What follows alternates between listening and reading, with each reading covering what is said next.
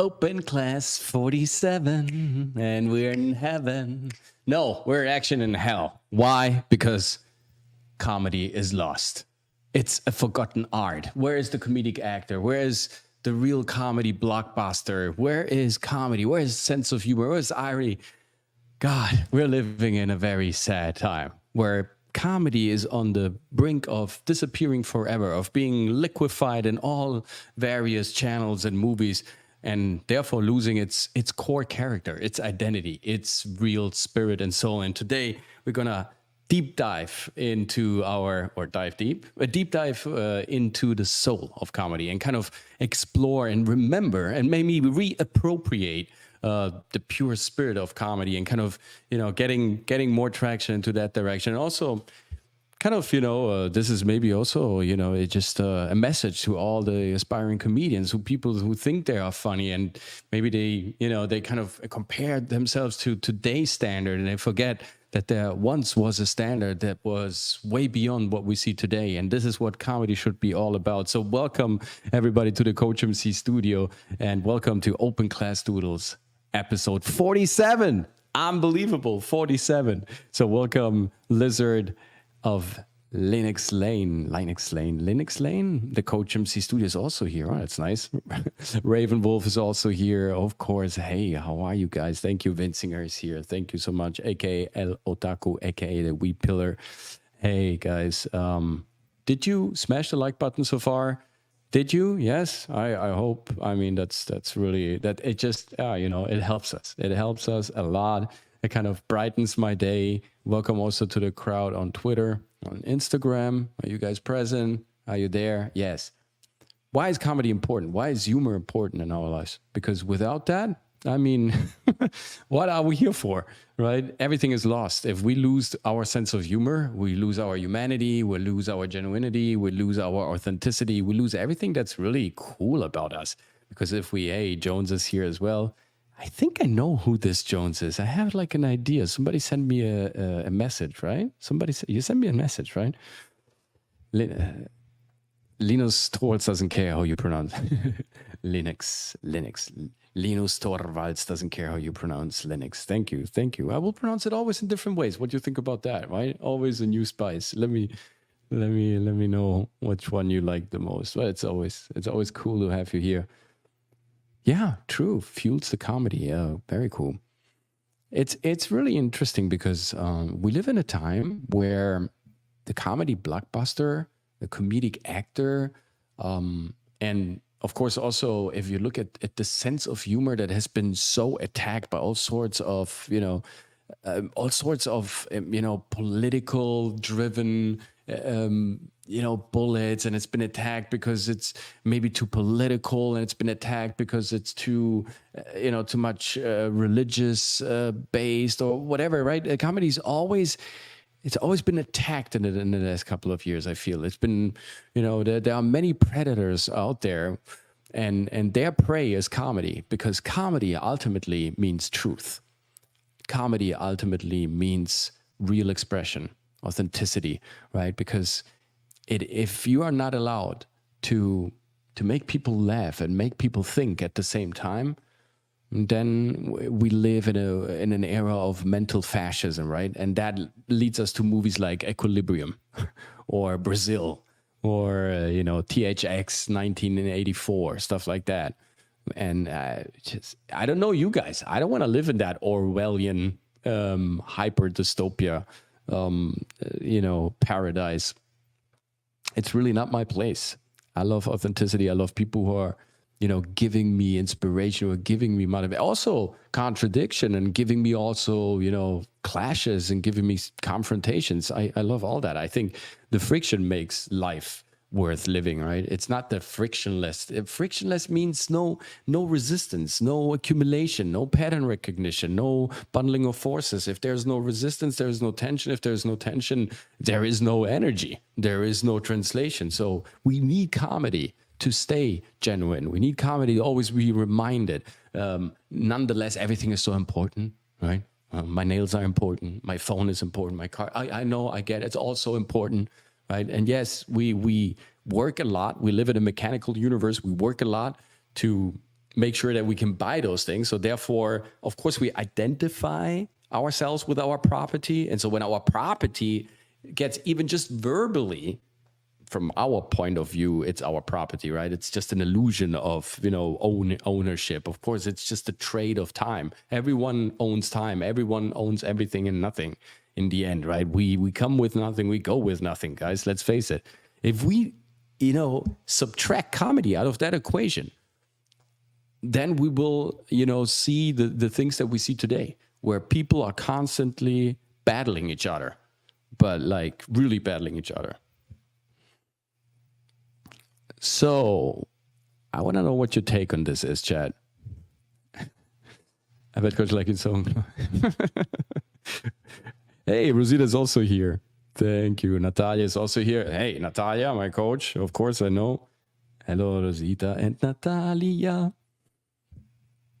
So there are many reasons why the comedic actor has also disappeared. So the first reason, yes, comedy has been heavily attacked in the last years, right? And all sort of humorism has been under ceasefire, under completely observed, right? And while at the same time we commit monstrosities, right? Somewhere, and atrocity somewhere over the planet, and we kind of all sorts of wars that are going on that we finance. All that stuff happens, right? People are getting killed, but hey, we need to observe our comedy. Because guess what?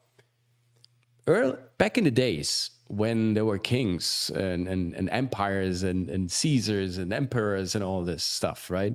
When there was a completely different way of organizing society and everything, the kings up there, right, in their ivory towers, they still had like a court jester. They had still like a demon sitting on their shoulder telling them the whole time what they were actually doing, and kind of holding up the mirror just to, let the king reflect on his. And he was the court jester, the fool, der Narr in Germany, right? Il Poirot in French, or what is it, Arlecchino in Italian. This is where we get Harlequin from, right? All these comedic court jesters, all these comedy prototypes and primordial characters, these archetypes of comedy that the kings had, that they hired, that they paid. And sometimes they even, beheaded if they didn't like their comedy. But most of the time, the only one who was allowed to actually speak the truth. This is why I say comedy is when you distill truth through the filter of irony, sarcasm, and cynicism. You have a true product, right? And this is why the court jester was employed by the king, to nonetheless never lose really control of his ego, right? Always like keeping, because of course the seduction is there. You own everything, you have everything is there. So you start losing control of the idea of the context that you actually have to rule over people. Make sure that you're a great ruler, not a tyrant. Fun fact, tyrant back in the days in old Greece was actually a positive term. They just turned it around in the process of time. The confounder always loves to flip the pyramid, right? So you don't understand what's good and bad. So back in the days, tyrant meant tyrannus. That means you are a ruler, strong as a bull. That was the highest compliment that you could actually make, right? Because that meant that you had a safe, sound, structured, just ruler that was rooted in the ground. A little mix up, like Ryan Roger Arthur likes to say. Right, but you get the idea. So the court jester was always there to, in a way, keep the balance of forces and ego, of capital, power, and population. The court jester, even just being one single guy, was mostly responsible for the well-being of the whole empire. That's why comedy is essential to our society. It's not just telling jokes. It's really understanding at a human core level who we are. And for a couple of seconds, just kind of, shelving us out, right? And kind of, opening us up and just like, hey, this is us. And then we can, of course, go back into our society shells, into our cage of constraints and social practices and all that stuff, right? It's okay. You want to function in the system, but for a couple of seconds during the day, you should be truthful for yourself, at least for a couple of seconds, right? You should really understand what what's good and what's bad, right? And the comedian is responsible. He has the incredible duty and the privilege to do that, and he should always enjoy the freedom to do that. And yes, unfortunately, a system that undermines comedy, attacks comedy, or restrains comedy, of course, is a system that acts out of a tyrannical place in the negative term, from a authoritarian place, if we don't want to use more exaggerated terms, right? And that is never good, right? Because you're taking the soul away from the population. That was a long rant, I'm sure. Hey, Jones. Sure. Hi, Liz. Natalia is all, sends hearts. As someone who's more action guy and would have more action Latino entertainment than, say, comedy and dramas, I wouldn't wish that on comedy, despite that I do love some comedies. Well, yeah, I mean, like I said, it's right now we're living in a situation where we're missing both, where we're missing great comedy movies in general, like summer movies, comedy summer movies, or even comedy blockbuster.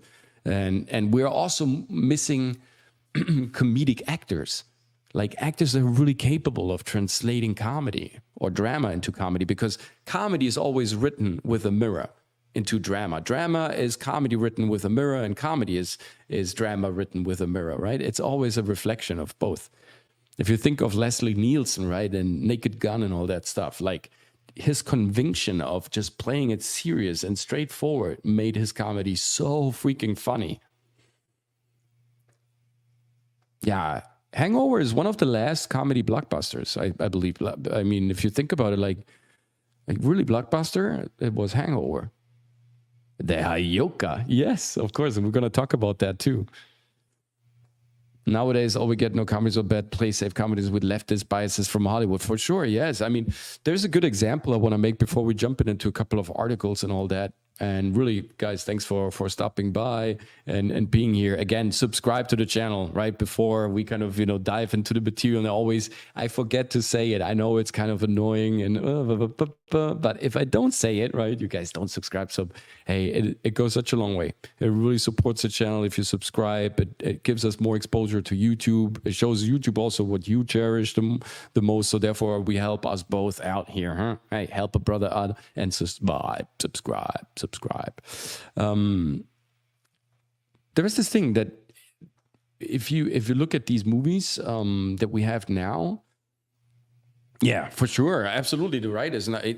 So Vincigan says, let's not forget that the right is also guilty of bad comedies too. Yeah, like for example, Daily Wire and their Lady Ballers from God, the creators of the new norm, and yeah, for sure, no, absolutely, every type I feel of infestation from the system that is driven by the political factor, any type of invasion from that type of area and field of expertise should be by any means like blocked and avoided, right? It shouldn't be there, right? Comedy should be just comedy, whether it's not left or right thing, right? Comedy unites everyone.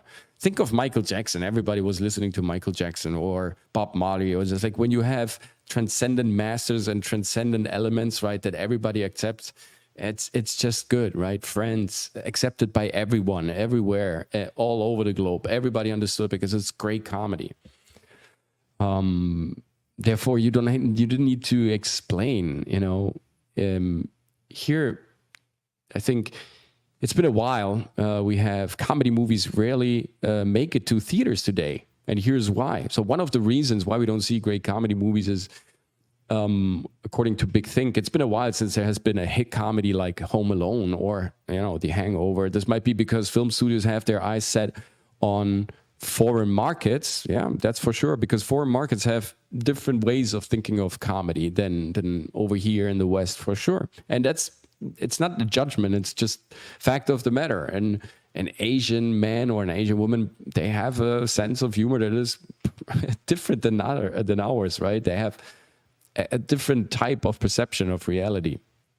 This might be because some studios have their eyes set on foreign markets, which prefer universal dramas over culturally specific comedies. Makes sense. Another explanation is that comedy has been incorporated into action blockbusters like those made by Marvel. For studio executives, these movies and their familiar characters are typically safer investments.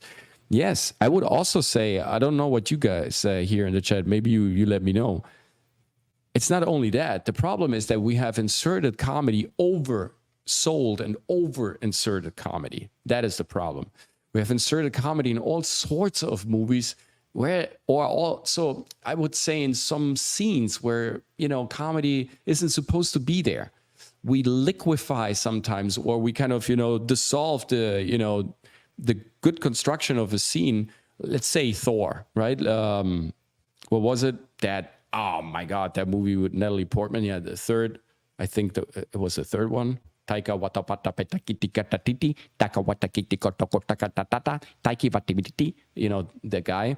She shot that movie, right? And he thinks he's funny. So what he does is every scene has a platitude, has a joke, has some sort of a comedic twist by the end. So you shoot a scene that is 90% serious, and then you add a comedy piece at the end that is completely detached and disjointed from 90% of the previous material, and you mess up the scene, you liquefy the product, you dissolve the seriousness of the narrative arch that was proposed prior to that. And so therefore, you think at a certain point, you lose the intent of kind of following seriously what the movie is proposing you, because already, beforehand that the scene is not going to be played out seriously anyways. And so the stakes are not high. You don't feel enticed with it. You don't feel entangled with it. And this is the problem. It's the overusage also of comedy in scenes where it shouldn't be. Like, many, many examples for that.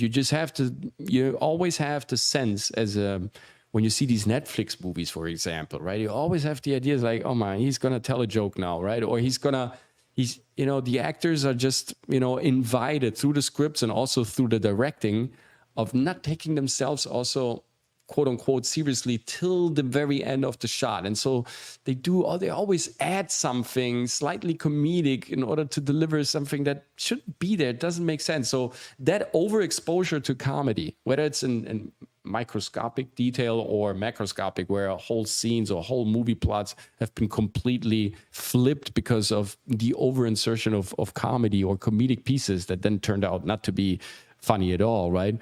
That's a problem as well. We don't like these movies, right? You have to be coherent. You have to be consistent as a director, as a storyteller, as a writer, as a composer, as an editor.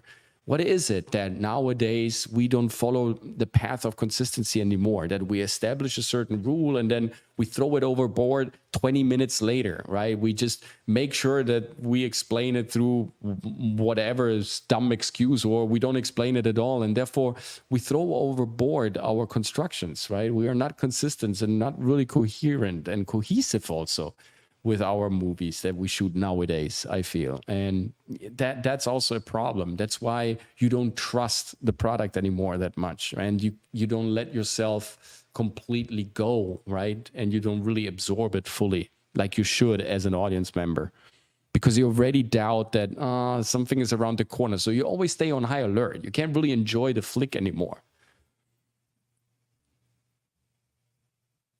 So not just in comedies, foreign entertainment are also dominating in entertainment in general. Yeah, we shot an episode with Latin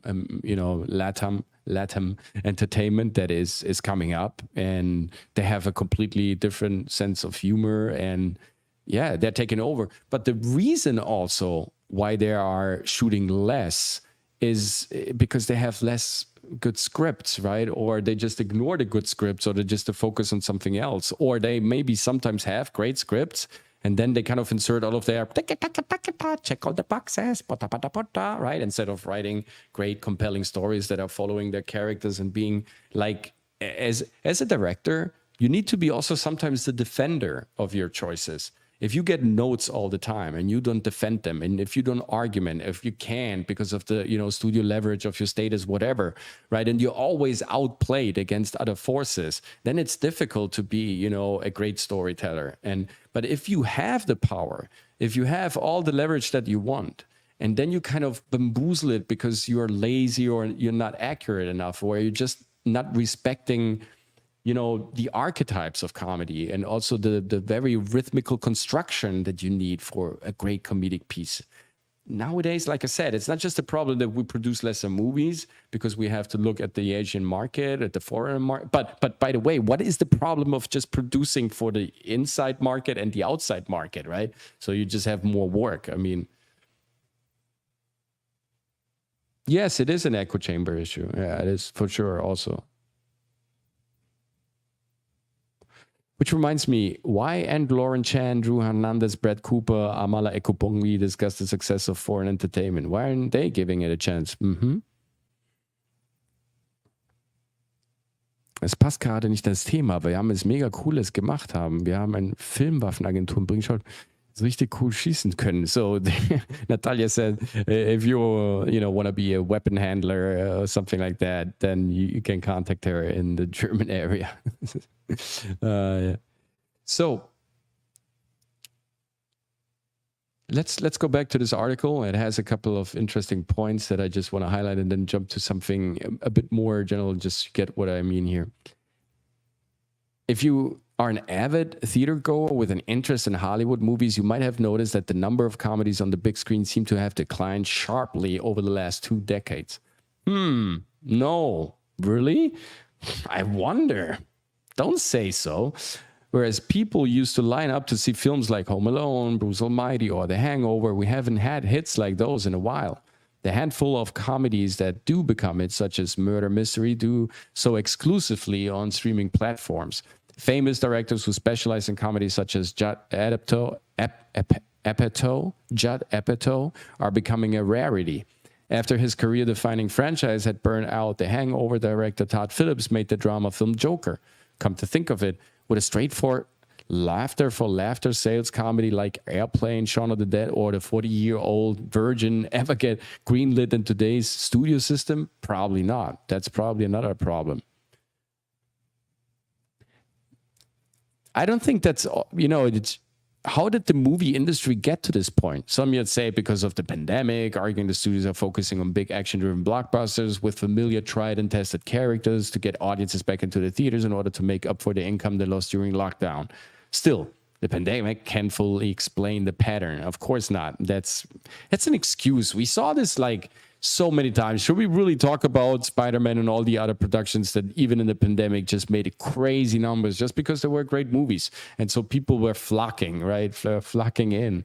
So it's, if you have quality, you will always distinct yourself, no matter in what type of market, even more so if there is a pandemic or some crucial event.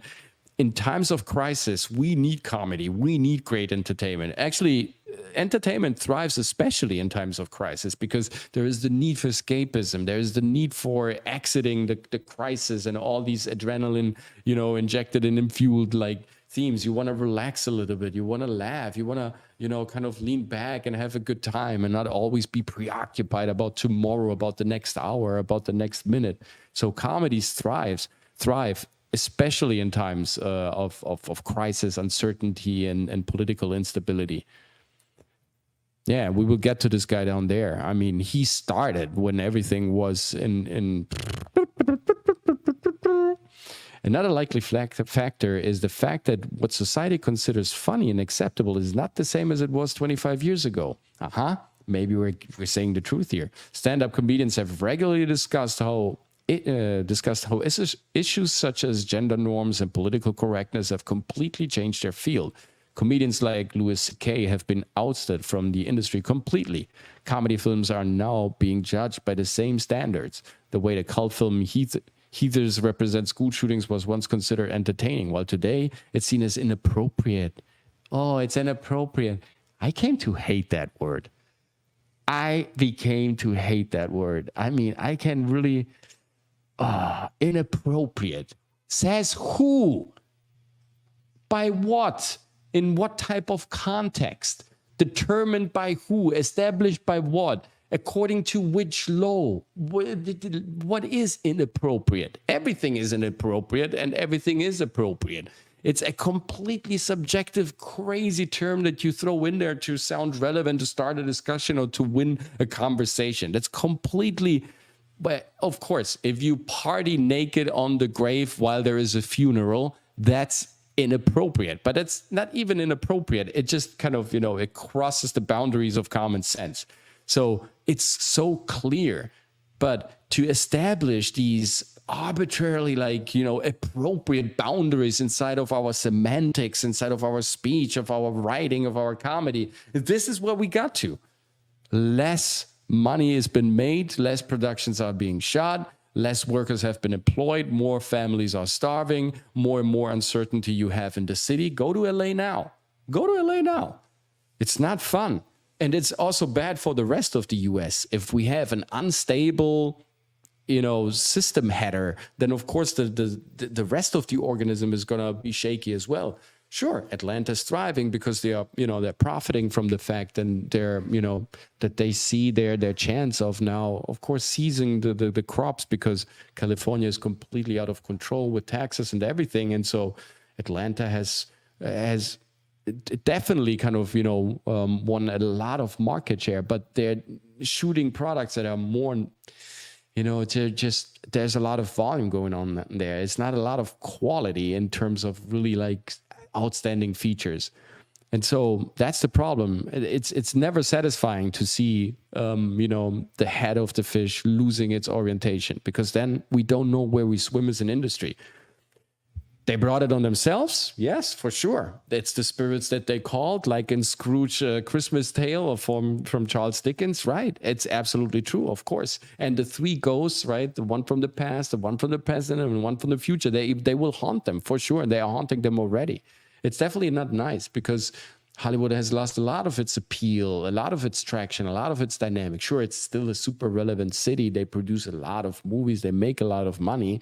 But the appeal, the charm, really the panache, the virtuosity, the fun, the entertainment is kind of lost. And comedy is, since it's the hardest thing to do, it's the hardest thing to achieve for an actor, to make people really laugh. That's the ultimate mission. That's the holy grail. Think of Robin Williams, of Charlie Chaplin, Buster Keaton, these guys. I mean, just that's the immaculate translation, right? And this is what's timeless. We're still celebrating them. The stuff that we see today will completely disappear, vanish, and be dematerialized, right? Completely atomized, right? And it will not leave any type of trace. But 100 years from now, we're still going to watch Chaplin movies for sure. So, Karen Kessler asks, was hat bei dich persönlich comedy-technisch mal total vom Lachen vom Stuhl gehauen? She asked me what comedy made me laugh the most. What really killed me. You know what, Karen?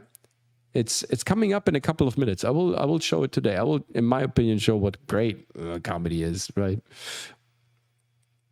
Let's go in here.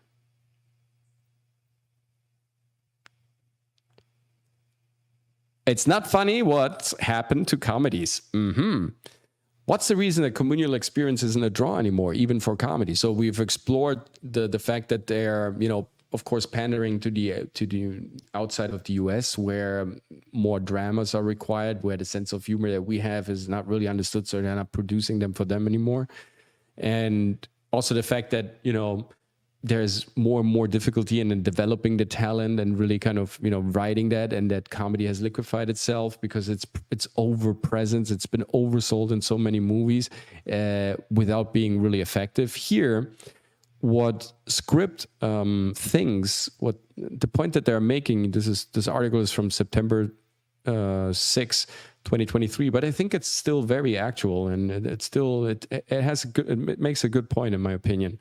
So what's the reason a communal experience isn't a draw anymore for comedies? And what are other reasons why fewer feature comedies are being produced today? So I want to get rid of this ad here. It really disturbs. Bye-bye. Ciao, ciao. Thank you. So whenever I'm invited to speak to a college screenwriting class, the first question I like to ask aspiring young writers is whether they prefer to see a movie at the theater or home. 9 times out of 10, they say home, with the exception of event films where the big screen and booming sound system make for a bigger, better experience. Let me just switch here so you can enjoy this a bit more. Then I follow up by asking if they think seeing a comedy in the theater enhances the experience due to the communal vibe. I don't think ever had a single student answer yes to this one. I must say this is a bit disappointing to hear because I grew up watching live action comedies at the theater and know how much fun the communal comedy experience can be. I emphasize live action because those have always been my favorite comedies, from Some Like It Hot and Monty Python and The Holy Grail to Blazing Saddles, Big, Baston's Show, Fast Times of Richmond High, great movie, Borat, Coming to America, Back to the Future, we covered it last Tuesday, and so many more. I've always had an affinity for live action comedy, for live action comedies. I'm sorry, guys. I don't know. Today, my tongue is like this. I talked the whole day. I recorded a reel. I worked with a client. So this is what you get. I'm sorry. And it's also 6 p.m. I'm getting old. I need my Viagra. I'm really sorry for that. Horror B movies are funny sometimes. I agree. Peter Jackson. Was it Brain Dead? Yes, Brain Dead, Army of Darkness. There's a lot of good stuff from that, out of that genre. But it also kind of flattened a little bit recently. I want to tell the writer of the article that actually the Marxist takeover has more to do with the decline of communism, for sure. Yes, they hint at it, right? Can you see that? They hint at it. They sort of, dance, tiptoe around it. They never actually dive into it and say it out loud. Of course, they're not allowed to. Otherwise, they would, confiscate or censor the article, or they just would throw him out entirely. So of course he's just scared, right? Fear is such a denominator for killing comedy, right? And this is what we feel right now, a lot of fear. Yes, Chappelle's show is good. But he stands and tells jokes. I mean, they're all standing and telling jokes. At a certain point, Vinzinger says, how are they going to expect school shootings to stop if they don't show films and shows that contain school shooting, right? I think the point is where he discussed it as a film about Darfur would be a better job soon what happened in the Jewish community. Yeah, you got a point there probably. But hey, John, how are you, sir? Hello, coach. It's good to see you. John Doe is everywhere. Jane, John, they're everywhere. Hey, Osiris. Nice. Yeah, I mean, come on. I mean, I wrote it, right? I sent the post. I told you guys tonight, 6 p.m. But hey, it's good to have you. We just warmed up the engine. So you came exactly, when you were supposed to come. I know how that sounded right now. But Osiris, man, you're the god of the underworld. You know exactly when to kind of cross that river. I think she has a point, though. So the reason the communal experience of comedy brings you back to the theater, so you rewatch the movie maybe also all on your own once you experienced it as a group and kind of enjoyed it so much, and then maybe you go all on your own or maybe with another friend. And definitely it's a beautiful experience, right? When 300 people, 200 people, or even just 20 people just laugh together, right? When they just have a spontaneous, simultaneous reaction to something that they see that kind of unifies, right? And unites a little bit. You look around, you see how they react. And so when you see someone else laughing, you laugh as well. I think you just inject way more dopamine and endorphins into your system when you experience a comedy movie as a community, and when you have that communal vibe.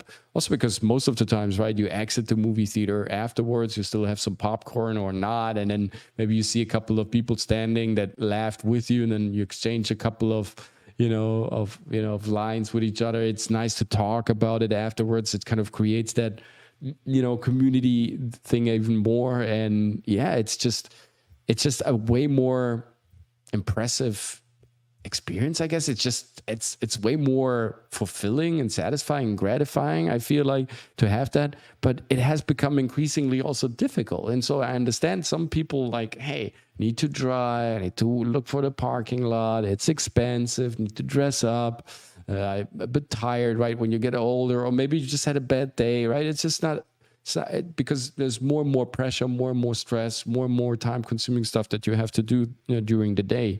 And so maybe that is an obstacle.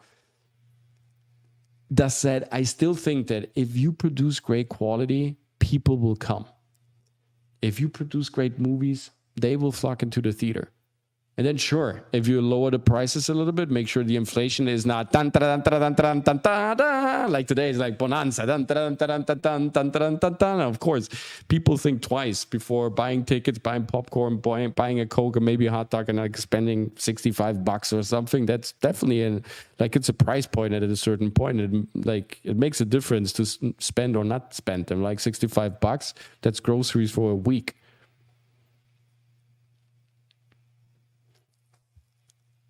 One of the guys I work with, says Osiris, is so funny he's scary. I like that. I like funny people. But yeah, sometimes they can be too much, but still better funny than depressing. We could change the future for the better with open source. I don't close myself off from closed source software though. Yeah. Coach, I'm cooking a nice Italian pasta sauce at the moment. I keep it simple. So what type of sauce are we talking here? What type of oil are you using here? Are you putting garlic in there? Are you roasting it? What are you doing, sir? Give me some more info. Give me some specifics here. Give me some details. Then I can judge whether or not you're cooking a decent pasta. Maybe I can help you a little bit. Even though I think like John Doe being everywhere and being anyone, maybe you know how to cook pasta. Mac and cheese. I had some mac and cheese recently. It was great. At this southern restaurant over here in Miami. Nice. Osiris, he made me laugh so hard I was on the floor. I couldn't move. He could have killed me. That's true. If you think about Pink Panther and my favorite actor of all time, Peter Sellers, the scene where both laugh, he and Inspector Dreyfus, right? Where they kind of like he loses his makeup and his face mask kind of melts down, and the scene where they both kind of inhale laugh gas, right? That was a hilarious. Like it's really disarming. You can't do anything if you enter the laugh tunnel. Before you're in there, right? You need to exit on the other side. You need to laugh yourself out. Otherwise, you will be stuck in that eternal laugh. All right, let's get back. You want to know what comedy for me is? Like, seriously, this is comedy to me. Also, not only, but this is really comedy. Now, let's take a look at this guy.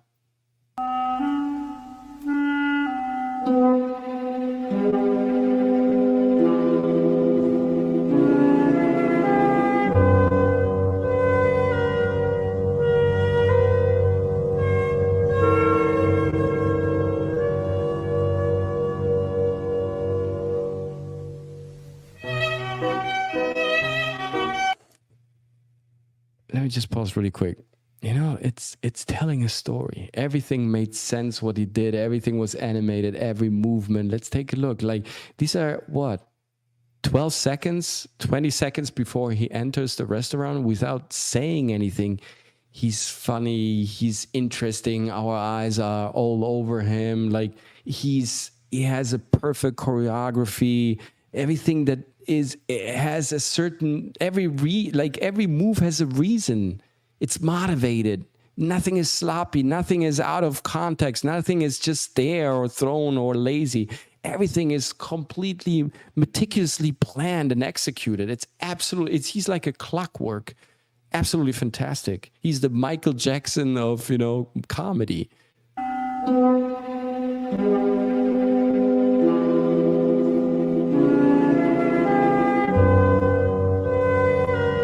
Like how he goes down, how he picks it up. We can see in his eyes what he's thinking, what he's rememorating, what he's marinating on. Should I pick it? It's like, wow, how much money is that? Am I hungry? What should I do with it?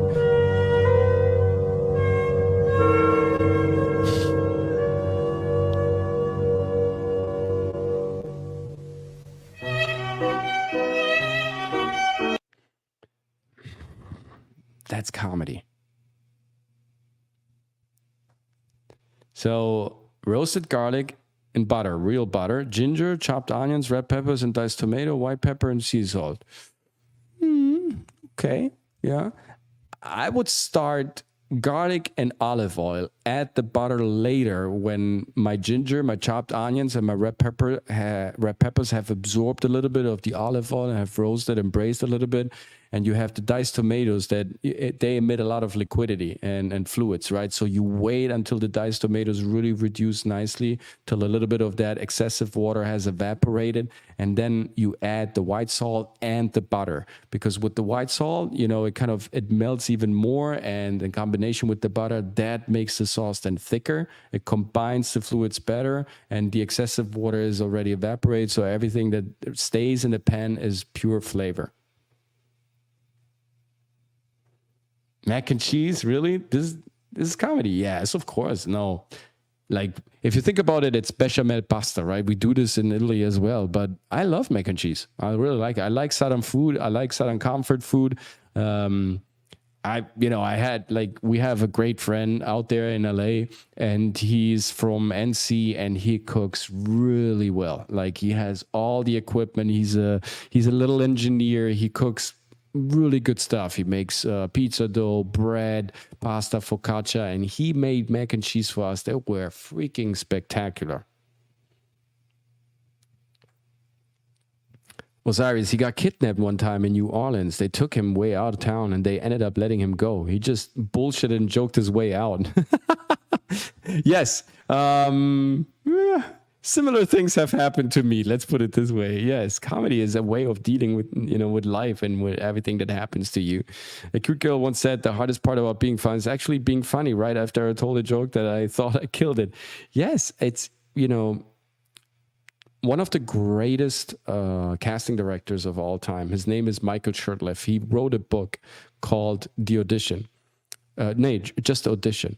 And the thing about Michael Shurtleff, he had an incredible sense of humor. He discovered Barbra Streisand, Dustin Hoffman, Bob De Niro for Broadway. It's just an amazing guy. His book changed my life. I can only recommend you to read it. Audition. Even if you're not an actor, this book will be so unraveling for you. It will unravel many things, right? It's just how we behave, right? And he tells these incredible stories from these casting sessions and these rehearsal sessions he went through. It's an incredible, insightful, funny piece of literature. And Michael Shurtleff had an impeccable taste, a great sense of what kind of human being he had there in front of him. And when he wrote his book, of course, one of the biggest chapters, most important chapters for him, were the chapter about humor. I just want to read out of his book what he thinks comedy is. Humor. Humor is not jokes. It is that attitude toward being alive without which you would long ago have jumped off the 59th Street Bridge. Humor is not being funny. It's the coin of exchange between human beings that makes it possible for us to get through the day. Humor exists even in the humorless.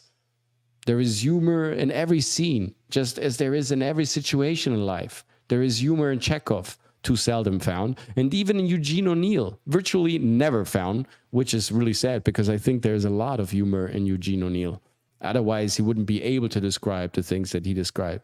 Humor is the very fuel, the motivation that gives us the propulsion in order to describe these poetic, flowery, ornamented, pieces of wording, right? That's the beauty of O'Neill, because he has humor. When we say about a life situation, and it's not funny either, we are attempting to inject humor into a situation that lacks it. We try in life to put humor everywhere. If we didn't, we couldn't bear to live. One would sometimes think actors are trying to reverse the life process by what they do on stage. They take humor out instead of putting it in. That's what makes acting unlifelike. I have trouble believing in the seriousness of a scene in which there is no humor. It's like unlike life. And yet actors will say to me, how can I find humor in the scene? It's very serious. And that's what I mean. The comedic actor is also disappearing because he can't, whether he's not allowed or he's technically not able to spot the humor in a scene. And guys, you can't even imagine how many clients come over. And we have self-tape sessions. And by the end of the first, usually we kind of do rehearsals, I do my coaching, bada boom, bada bum. But sometimes when we shoot, straight away because of time constraints or other problematics, the technical problematics, I say, hey, leave out the BS, go straight to the humor. And actors look at me, it's like, but this is a dramatic scene. It's like, exactly, go for the humor. And this is what I always advise to do. If it lacks humor, it lacks human sensibility. It lacks the devotion to life. It lacks the appreciation of the craft itself. A scene, even if we're dealing with the most atrocious things, if it lacks humor, it lacks essence. It lacks believability, grain, depth, meaningfulness, everything, emotion. Humor is everywhere. That's why sometimes these directors want to insert I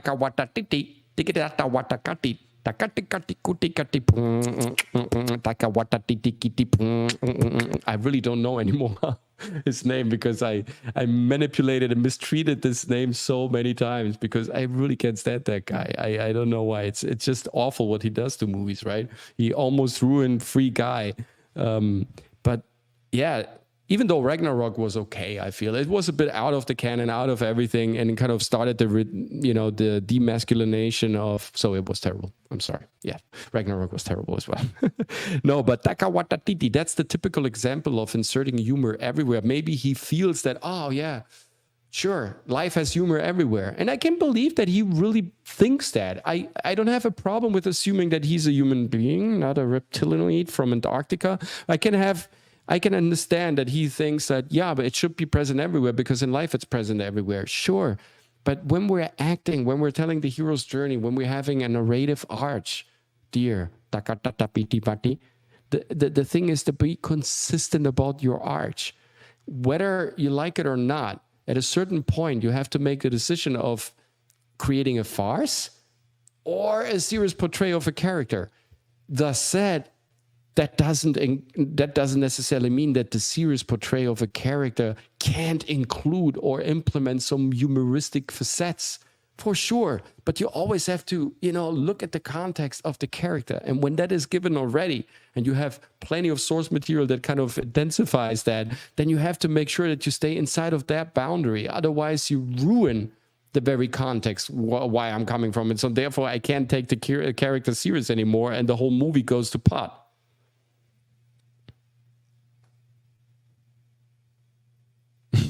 I just want to read it again. He got kidnapped one time in New Orleans. They took him way out of town, and they ended up letting him go. He just bullshitted and joked his way out. I can see that so much. I can see it happening. This is thank you for that comedic, addition to the program today, Osiris. A cute girl once said, "The hardest part about being funny is actually being funny." Right? Sorry, I said that already.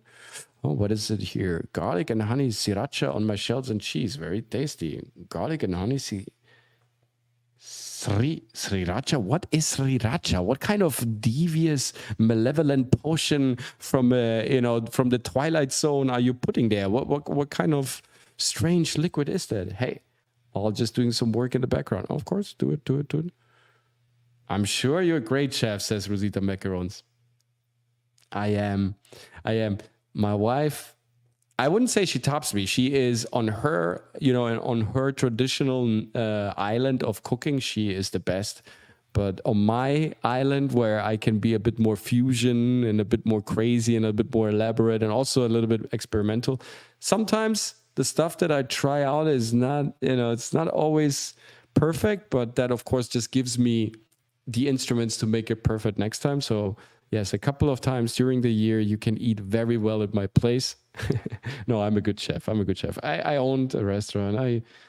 I grew up, in a kitchen. So yes, I made assassin spaghetti last night. I like assassin spaghetti if you do them right. So what is? No. Let's not go there now.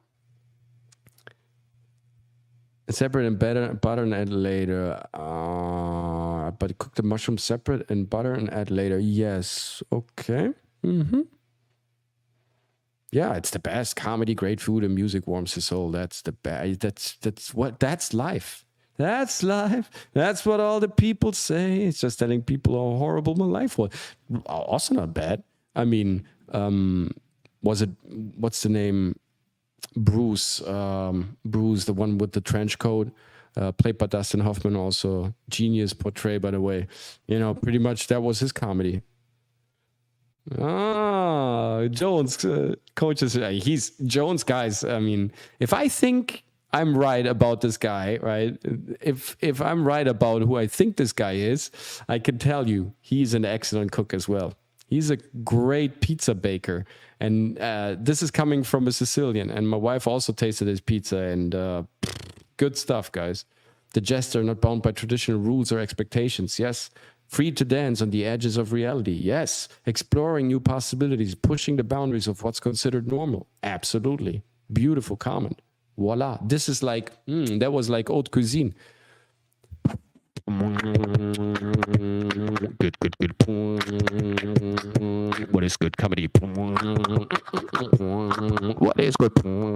What is good? Good comedy. What is good? What is good? Good comedy. Someone say reptilian? From Antarctica? From the Hello Earth? No, nobody. It's hot sauce. What? What is hot sauce? Please stop it. All this chemical process over sugar. This is not the sauce. The sauce is something that you prepare with real ingredients, vegetables, your own hands, a little bit of patience, a couple of pots, a couple of pans, hours of investment. It makes you more horny. It makes you a better human. And it makes you also live longer because the stuff that you put in there, you can fully control and process by your love. It will taste better and do better to your organism. Trash the hot sauce. Just trash it. Just throw it away. Start cooking everything by yourself. You will live longer and live better. No, I don't want to hear all that stuff. What's it says in spaghetti? It's when you cook it in a pan with the sauce. So now there are some variations, but the original, since we're talking about it, okay. So what you do is fai una passata di pomodoro. How do we, you know, in South Italy, how do you make a passata di pomodoro? You can do a cold one or you can do a hot one. Then you filter it. Then you reduce the sauce that is filtered. And then you cook the spaghettis directly in the pan with the filtered and kind of clean sauce. And with some extra tomatoes, if you want, you can, you know, spice them up with some garlic, kind of braise them down, filter them with a little bit of red wine and place them on top with some basil and Parmesan cheese. I'm just saying.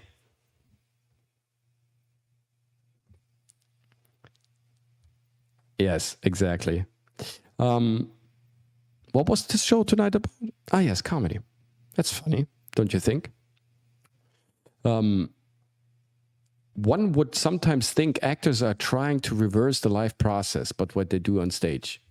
Yeah, we talked about that. Sometimes we lighten the burden for others because of the weight we are dumping on them, which we know is more than they can possibly want. Sometimes we lighten the burden for ourselves. Either way, the heavier the situation, the more we are needful of humor to endure it. And that was exactly what I said also in the beginning of the show. The heavier times are, the more the request for humor. And the less you can provide, the more depressed the population will become. Even Neil Simon has humor among all those jokes. I find it fascinating that so many actors have trouble putting humor into their acting. Of course, many actors do it instinctively, and in all fine acting, it is a major ingredient. But where the instincts are being interfered with, the actor must become conscious of humor and look for it. If it's not there, then he must learn to put it there. Humorless acting is the dreariest kind. It's the hallmark of soap opera. Thank you, Michael Shirtleff.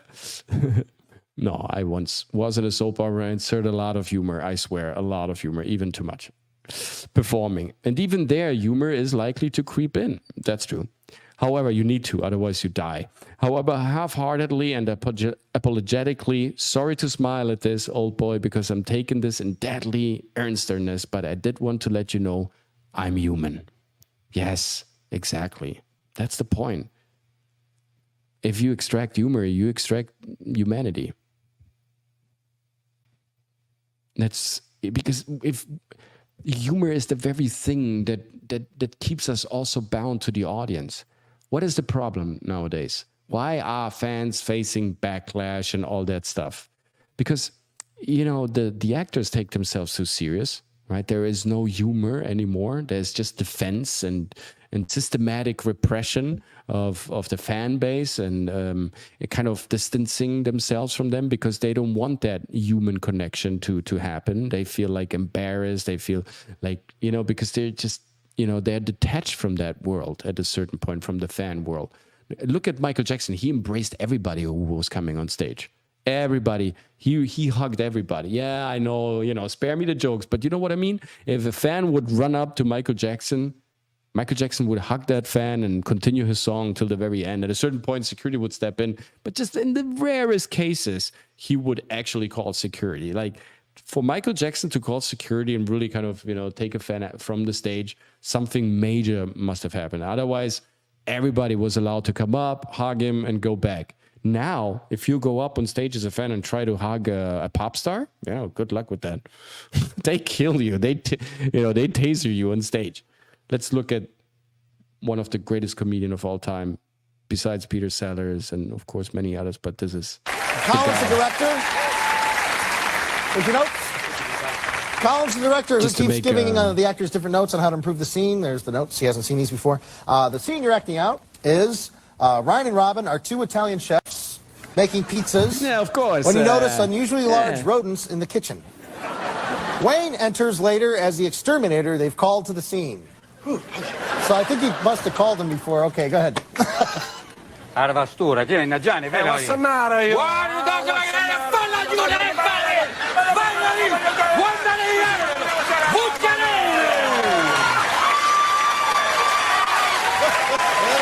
Why you not doing? Look at it, che fa la giura, ma what are you doing? What's this? What's this? What's this? It's a behind. What? It's a huge bag. What? Someone's riding a smaller bike. Yeah! I tell you! It's your damn brother from the circus again! What are you doing here, huh? I came to get rid of the big ranch. It's just fantastic, right? Like improv. I mean, whose line is it anyway? The old episodes, the first seasons were just phenomenal. I mean, if you want to, learn... I think you need a talent for comedy, for sure. But there is a technicality that happens around comedy that you can apprehend, that you can learn. And by the way, if maybe one day you start kind of thinking about that, then why don't you come over to the COACHMC studio? It's called readytoperform.com, and learn the technicalities, the skills, everything that you need, the transaction, the physical information that you need to kind of transmit in order to be a funny comedian. Also, if you want to work on your stand-up, on your writing, on your jokes, on your delivery, improve your performance in general, over here at the readytoperform.com website, you find all these beautiful insights that you need to kind of get in contact with me in order to set up a discovery channel, in order to find out if we're a great match. And then, yes, let's play some comedy. So definitely hit us up and let us know what your creative mission is. Also to the crowd on Twitter and Instagram, guys, join us here on YouTube. We have such a fun crowd. I mean, look at them. They're funny. They're a bit devious and dangerous and evil people, I admit. But they are like, what can I say? They're my only friends. So, and I'm not an only fan. I'm an only friend to them as well. So why don't you join the only friends saga over here and have fun in this creative community? And we're expanding, we're getting bigger, we're having more and more shows, we're having more and more guests. And I hope you enjoyed Tuesday's episode with our Phantom NFT talking about guests, by the way, because in our next episode on Monday, Open Class Doodles, we're gonna have him back. Nobody since you seem to enjoy what he was saying, and he was a cool dude, and he kind of he fits our mood, he fits our vibe, I feel. And since we're looking into the future on Mondays, like always, where we also have blockchain technology and crypto and NFTs, where we're covering also things like how artists can be also rewarded and how we can distribute our art and sell our art also on Web3 and all the opportunities that will come with blockchain technology. And nobody is a great specialist in that field. He owns a chat that is pretty big on Telegram, has a lot of people in it. He has a lot of tasks that he can talk about. Definitely, he will be an addition to the program and, you know, pop up here and there. And we're going to have him on Monday on the show as well. I'm really excited about that. We're going to look into how blockchain technology for artists can be a gateway to, you know, to being first monetized, second known, and build more communities and networks without, like, even creation platforms like YouTube, right? At a certain point, we will all ask us, like, why are we not putting this stuff on Web3 and getting all,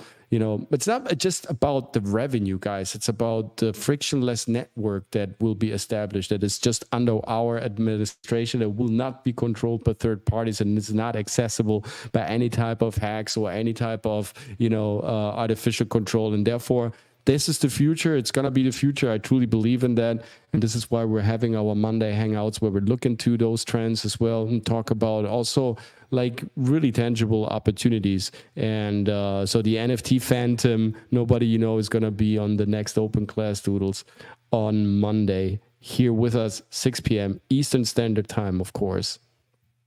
Thanks for being here. Also, Galaxy Stranger, good to have you. John says, I keep bringing up food.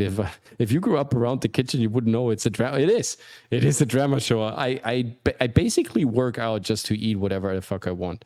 This is really my only motivation to work out that much. I mean, it's not that much, but I quite constantly go to workouts and do my thing in the gym and also in the park.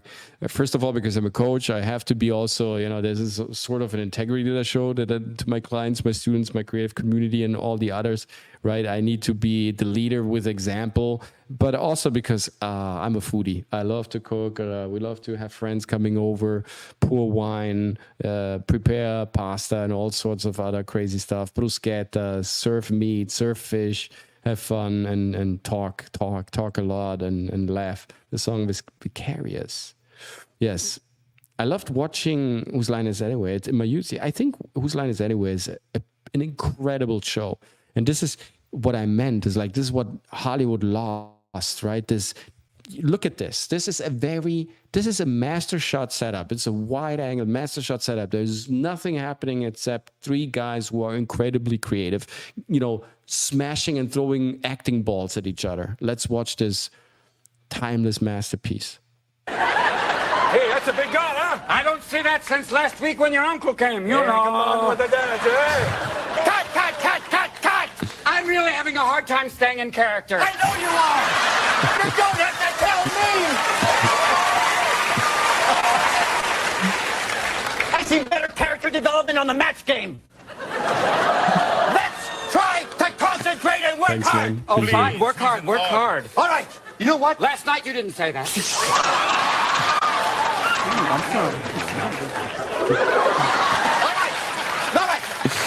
It's just incredible, right? Of course. I mean, this is a very quick development. It's quite superficial, but hey, look at this. What I mean is not necessarily that they are, you know, writing some Tolstoy or Dostoevsky here, right? It's not brother Kamarov.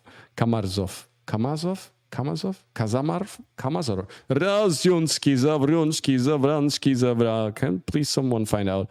Brother Karamazov. Well, you know, you catch my drift.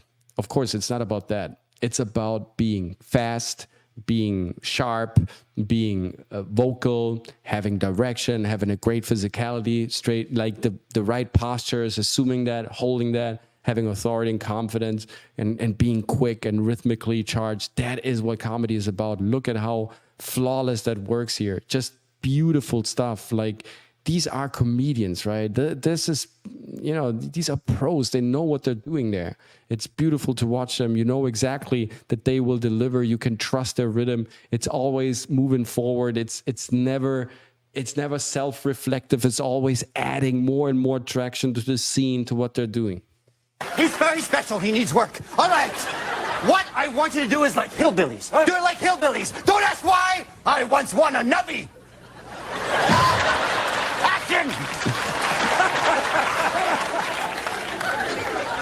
Damn, I cut myself. Well, we'll use it as a sauce. Hey, you're putting too much on there. Save some of that blood. I ain't gonna make no no difference. Ain't gonna be bad when you put Velveeta on. Just gonna cover it all. Let's start with it. Come on, uh-oh. Get out of here. Get him out of here. Come on, look at that.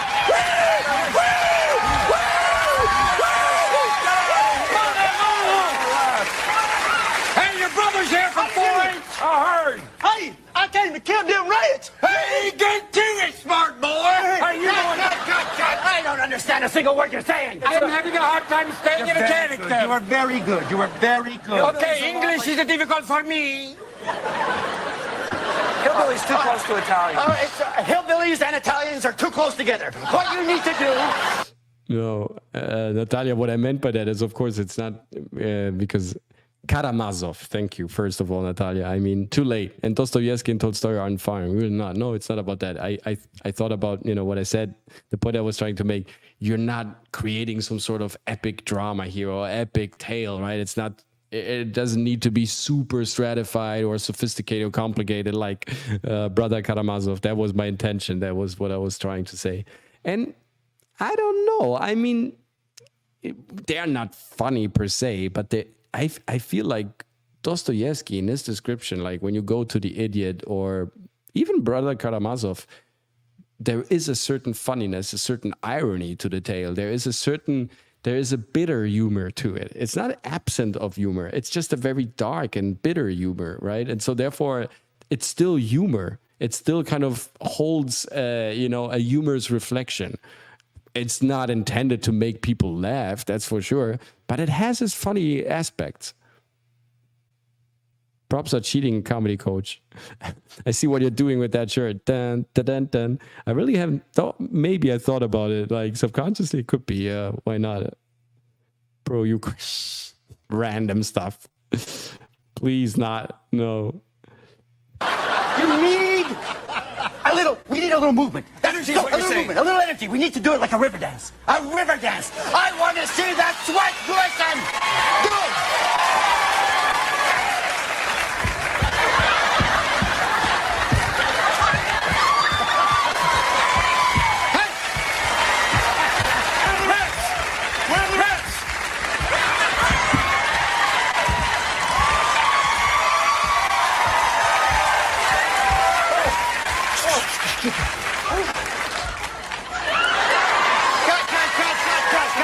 Amazing, right? You know what? I sometimes don't know. Being an actor, I sometimes switch also in between languages, right?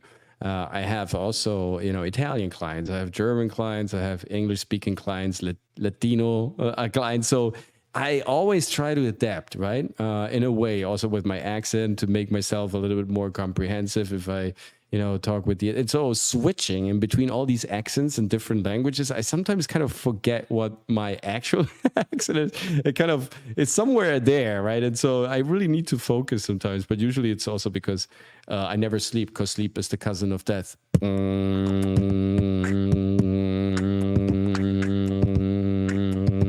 I never sleep, because sleep is the cousin of death. Bye-bye, Karen. Thank you so much. Sleep well, dream well, come back soon. Let's have fun over here at the COACHMC studio. Never forget to subscribe. I'm surprised Wayne Brady didn't become bigger. Yeah, he could have easily taken over roles that Robin Williams did. I agree.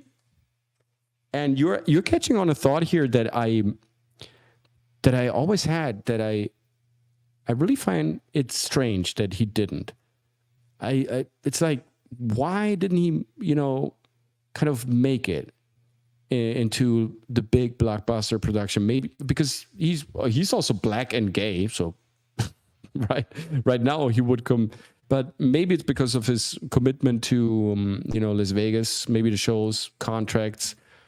Maybe the books weren't right. Maybe he's difficult to work with. I don't know. I've never heard of anyone talking about him. I've never worked with somebody that directly. I usually don't talk with my clients. Also, if it's not coming up through something very related to what we're doing, usually it's a very transactional process. So we don't really talk about colleagues, right? So, but I've never. Now that you're saying it, I really don't know how Wayne Brady is, like how he's to work with, right? If he's cool or not. Maybe that could be an issue. I really don't know. But it's a good question. I've asked myself many times, like, why? Because he has all the package. He has the package. Wayne Brady, to me, is the complete comedian. He's one of the best out there. Definitely, I mean, I feel like in Whose Line Is It Anyway, he is the star. He's the best. Like, he can do everything better than anybody.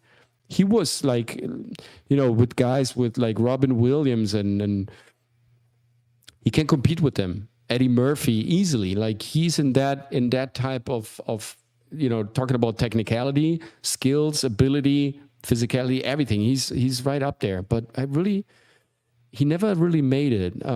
Yeah, I wonder what that is all about. But sometimes people also choose not to, right? Like in my case, a little bit also. Like, I'm not saying that I was kind of bombarded with all sorts of big offers and contracts and whatnot, but I really chose to go this a bit more quieter, calm way, you know, kind of taking care more of the agency, staying more with Alessandra and being more private than just being in the entertainment machine, you know, stuck there. I could have easily, you know, just continued shooting or looking for other projects, but I really enjoy being home, being here with you guys, you know, doing my own stuff, painting, drawing, and kind of, you know, living my art a little bit more instead of being in that mechanism that you know, it's also not always a good mechanism, right? You really, you know, it's very demanding. I'm not complaining, right? It's all good. It's beautiful, but it's very demanding. It kind of eats you up psychologically sometimes. Sure, roles stick with you. I mean, even if it's a great role that you play, if you play for a long time, you still have to put it into your drawer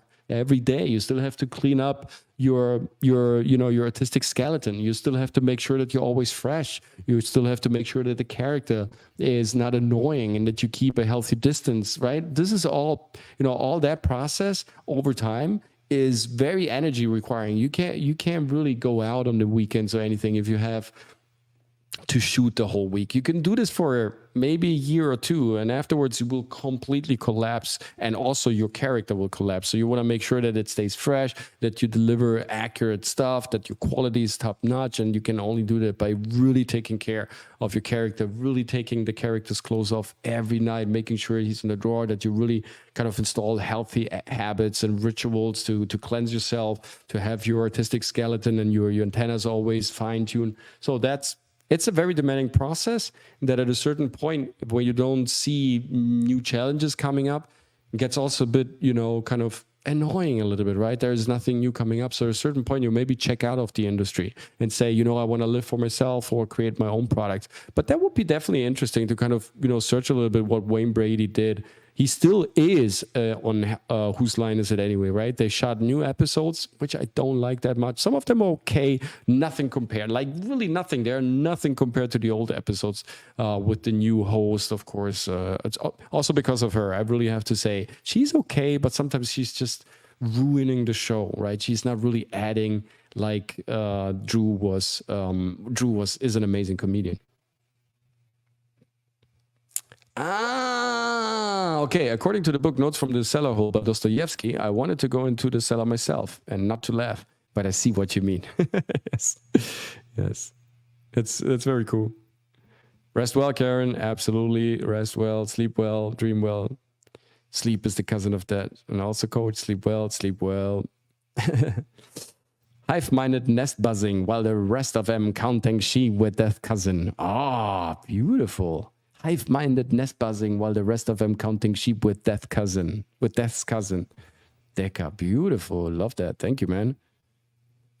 Sleep is a scary sociopath. Every time someone's pet died, they told me they put it to sleep.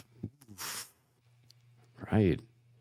And also Egyptians, right? Always burying themselves with their pets, with their cats and all that.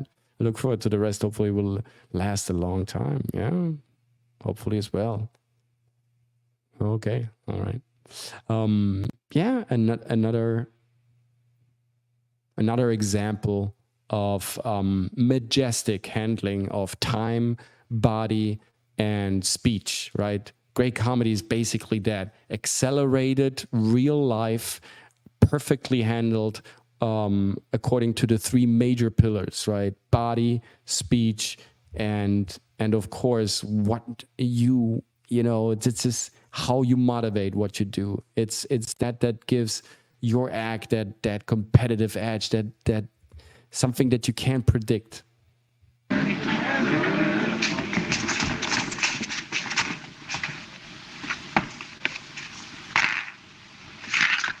Hey, what's the idea of spoiling the game? I was for onesies. Well, here's twosies. Oh, he was for onesies? You get him to... Here's fivesies. Gentlemen, gentlemen. Beautiful, right? What is comedy? Comedy is rhythm, right? It's just real life, just faster, and therefore you have to respect a certain rhythm. And this is the way. Look at him. Even though they're doing something outrageous, right?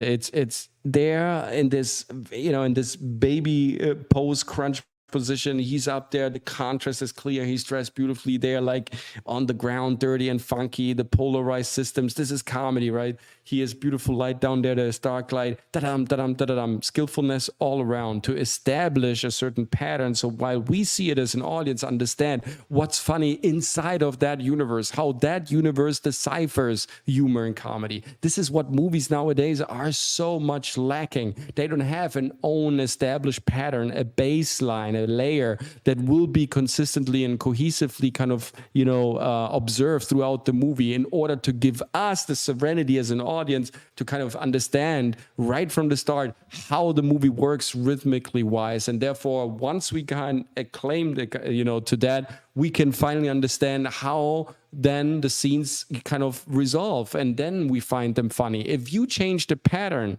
while you're showing the movie all the time, and there's nothing that is reliable, it's not cohesive, and the polarized systems don't work like they do magnificently over here, then the audience will have a hard time following you. So some of the jokes maybe will pop up more coincidentally, right? Just kind of than really planned. Some of them will be buried forever.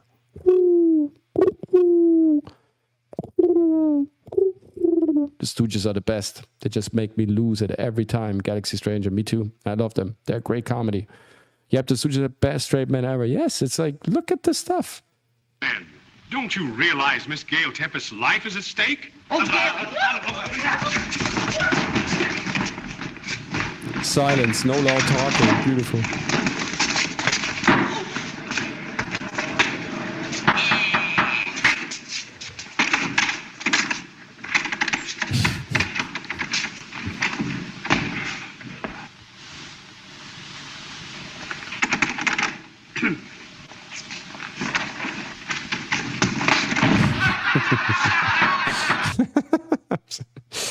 It's so stupid. It works. It's beautiful. I mean, Jim Carrey is basically Three Stooges combined in one person, right? Will you gentlemen please try to be a little more quiet in the court? Certainly, Judgy. The gate is locked. Will you please step forward? No, no, no. Prepare yourself for the witness box.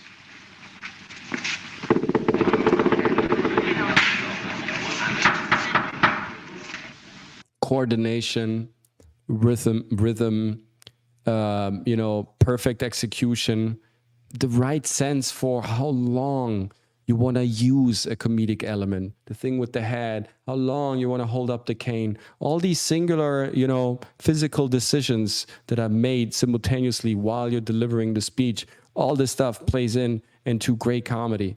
I just watched the other day, God, it was so bad. Glenn Powell, right, who just played in Top Gun, Maverick. And he did, I think, an amazing job in Top Gun. He's a great actor. He can be funny. I don't believe he is like a really comedic actor, but they put him in a comedy that made no sense, where it played this killer, this undercover cop that pretends to be a killer in order to, to kind of bust people who hire people, who hire killers to assassinate someone. So, that movie made no sense, and it was everything. It was everything but funny. It was everything but funny, and it was called comedy.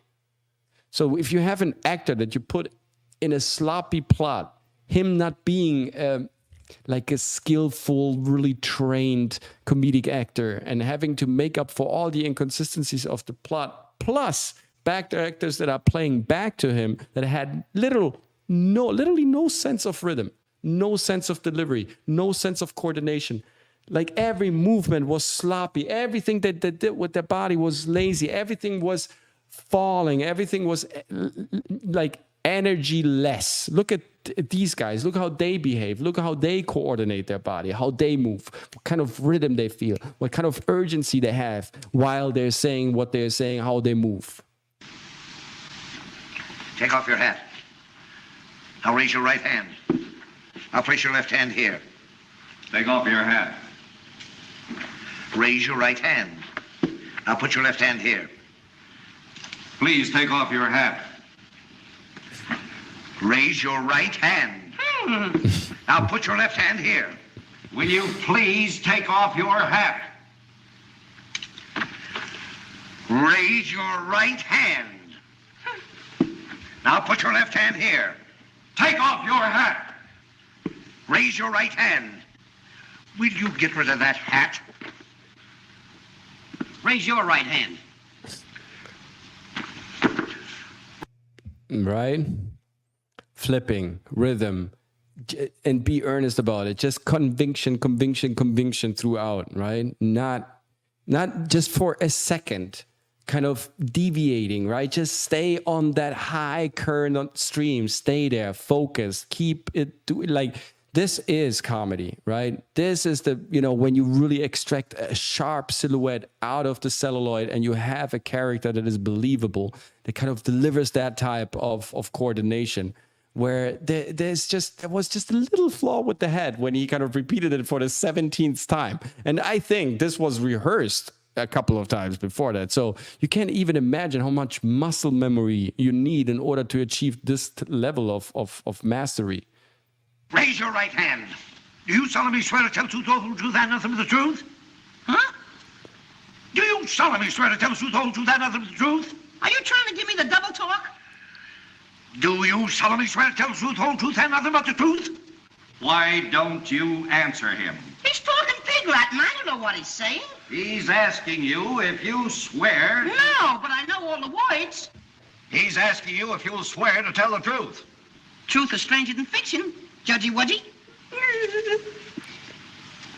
Kindly address this court as your honor and take the oath. Do you solemnly swear to tell the truth, the whole truth, and nothing but the truth? Certainly. What have I got to lose? Take the stand. Nice, right? And there was also, like, of course, the right hand that was imitating, right? There were also subtleties in this play that were linguistical linguistical nature, and also of symbolical nature, right? So when you have that already, when you see you have an established base layer that already works, then you can add layers of subtlety, of little nuances that not everyone will catch.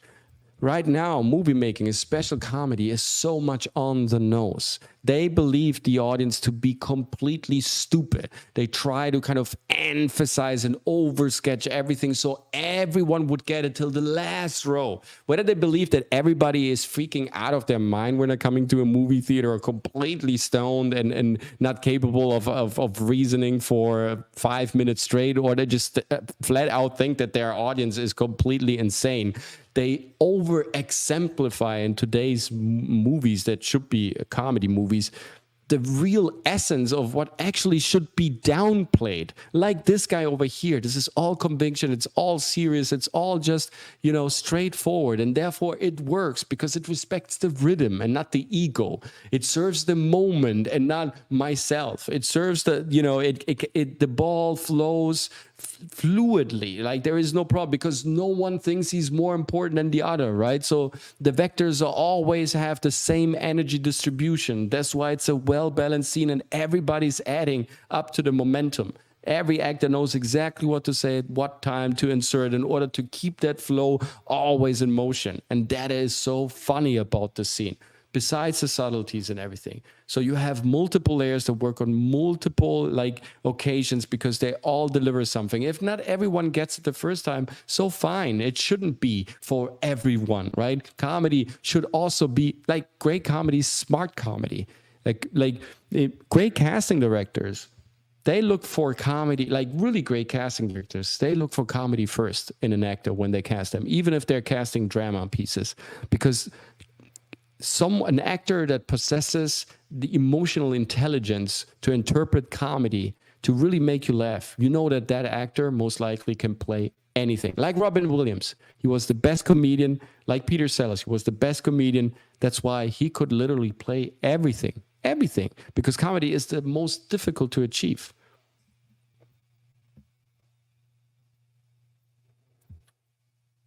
Yes, they're really fantastic. They're really fantastic. The Stooges are fantastic. Just love what they do. It's brilliant. Laurel and Hardy, the Three Stooges, I mean, Marx Brothers, you name it, all these guys. Jerry Lewis, I mean, I covered Jerry Lewis. I studied this guy. Jerry Lewis is a maniac, is a fantastic professional, like an incredible actor that added so much to the to the movie theater, to the spectacle that entertainment could potentially be, right? So we covered Chaplin, we covered the foundations, but here are also here's a director that kind of built that sense of coordination, of choreographing a scene, of really having a like meticulous setup and build-up of a scene. What today is missing also, besides actors acting sloppy and being not really precise about their movements, not really incisive with what they're saying, not really, the words they're saying are not charged, and rhythmically they're out of tune. But besides that, the directors are missing, that are meticulously building up these charges and really building up the choreography of the movie and making sure that everything checks out internally in a scene, that everything is set in the right place, that everybody's coming into the scene from the right place, and everybody delivers the right rhythm. Tarantino is one of those examples, right? You look at these movies and you know there is a certain groove, there is a certain rhythmic. That's why all of his movies are also funny, even though they're gruesome, or sometimes we use violence as one of their weapons, as one of their tools. Nonetheless, they're super funny, because he knows what rhythm is. He knows how to set them up. He studies how all these little gears of rhythmical framework, how they work, how they kind of intertwine in each other. And that's why the movies that he shoots, they are not all fantastic, but they're all funny, and they're all quite good, and they all are very skillfully shot. Let's take a look at one of the best pieces of comedy ever.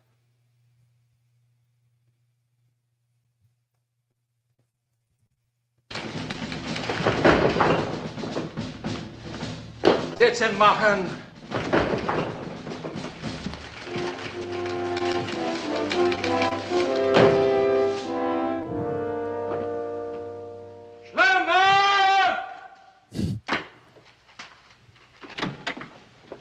Good morning, Mr. McNamara.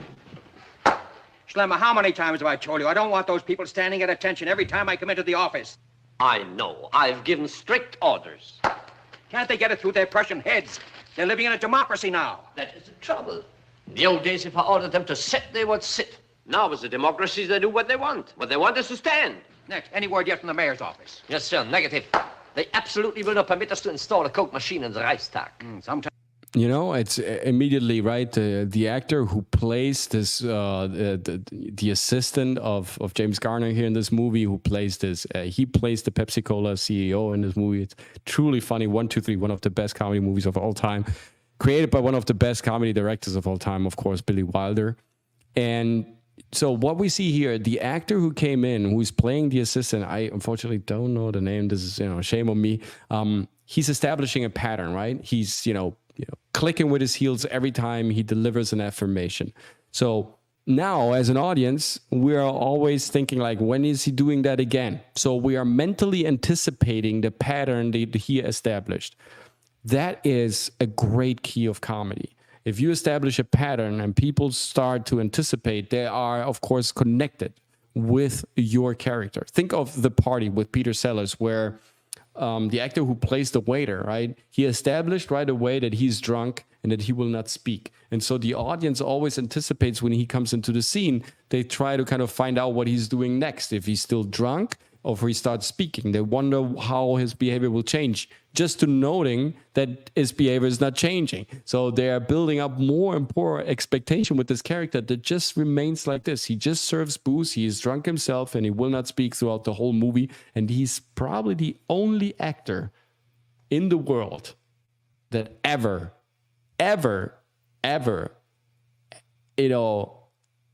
pulled off that incredible task of outplaying Peter Sellers.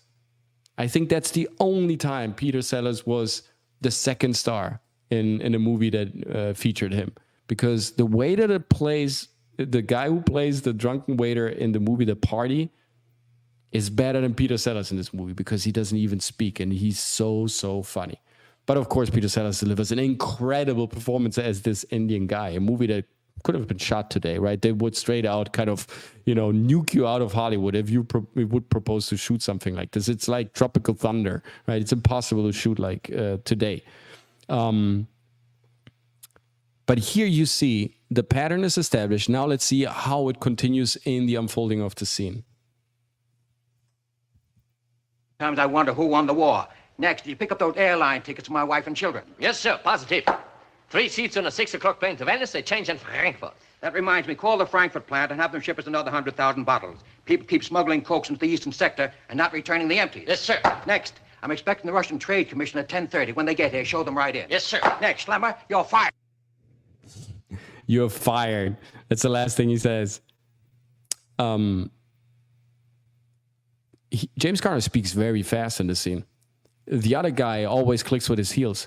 What you're listening to is a song. It's a rhythmically arranged, it's not written in verse, but it's still a song. It's fast. It contains a lot of information. At the same time, it's pattern affirmation. So it works perfectly. It has a great rhythm. He really works his way through the lines without even neglecting one single little breather. It's incredible, right? He punches through. And over here, again, they shot this movie. I don't know how many times they rehearsed all these scenes. This is really great work. It's going fast, and it's giving me immediately like a nice vibe, right? Nowadays, movies are also in the way they talk, the way they deliver the lines. They are so self-sufficient with themselves. They're also smirky and so fed up. And it's really horrible, because that's the worst type of comedy that you can imagine, like the self-absorbed, self-reflective, self-indulgent, smirky comedy is the worst type. That's not comedy. By all means, that's the antithesis of great comedy, right? This is everything that what great comedy shouldn't be. Like, here you see both actors being dedicated to a task, not self-indulgent, not self-reflective, not, right? They are proposing. And in the end, it works almost like a song. You could listen to this without watching this and still getting a pretty good idea of what's going on, right? And so this is how impressive this is. It's almost like 3D lettering.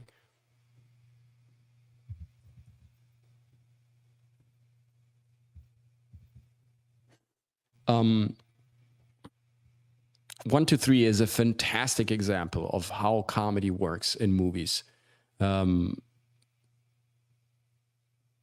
Yes, comedy is very close to music, and that it needs precise timing and rhythm to it. Yes, I mean, there are two forms of comedy, right? There's comedy and there's farce. So there's real life, that's ground zero.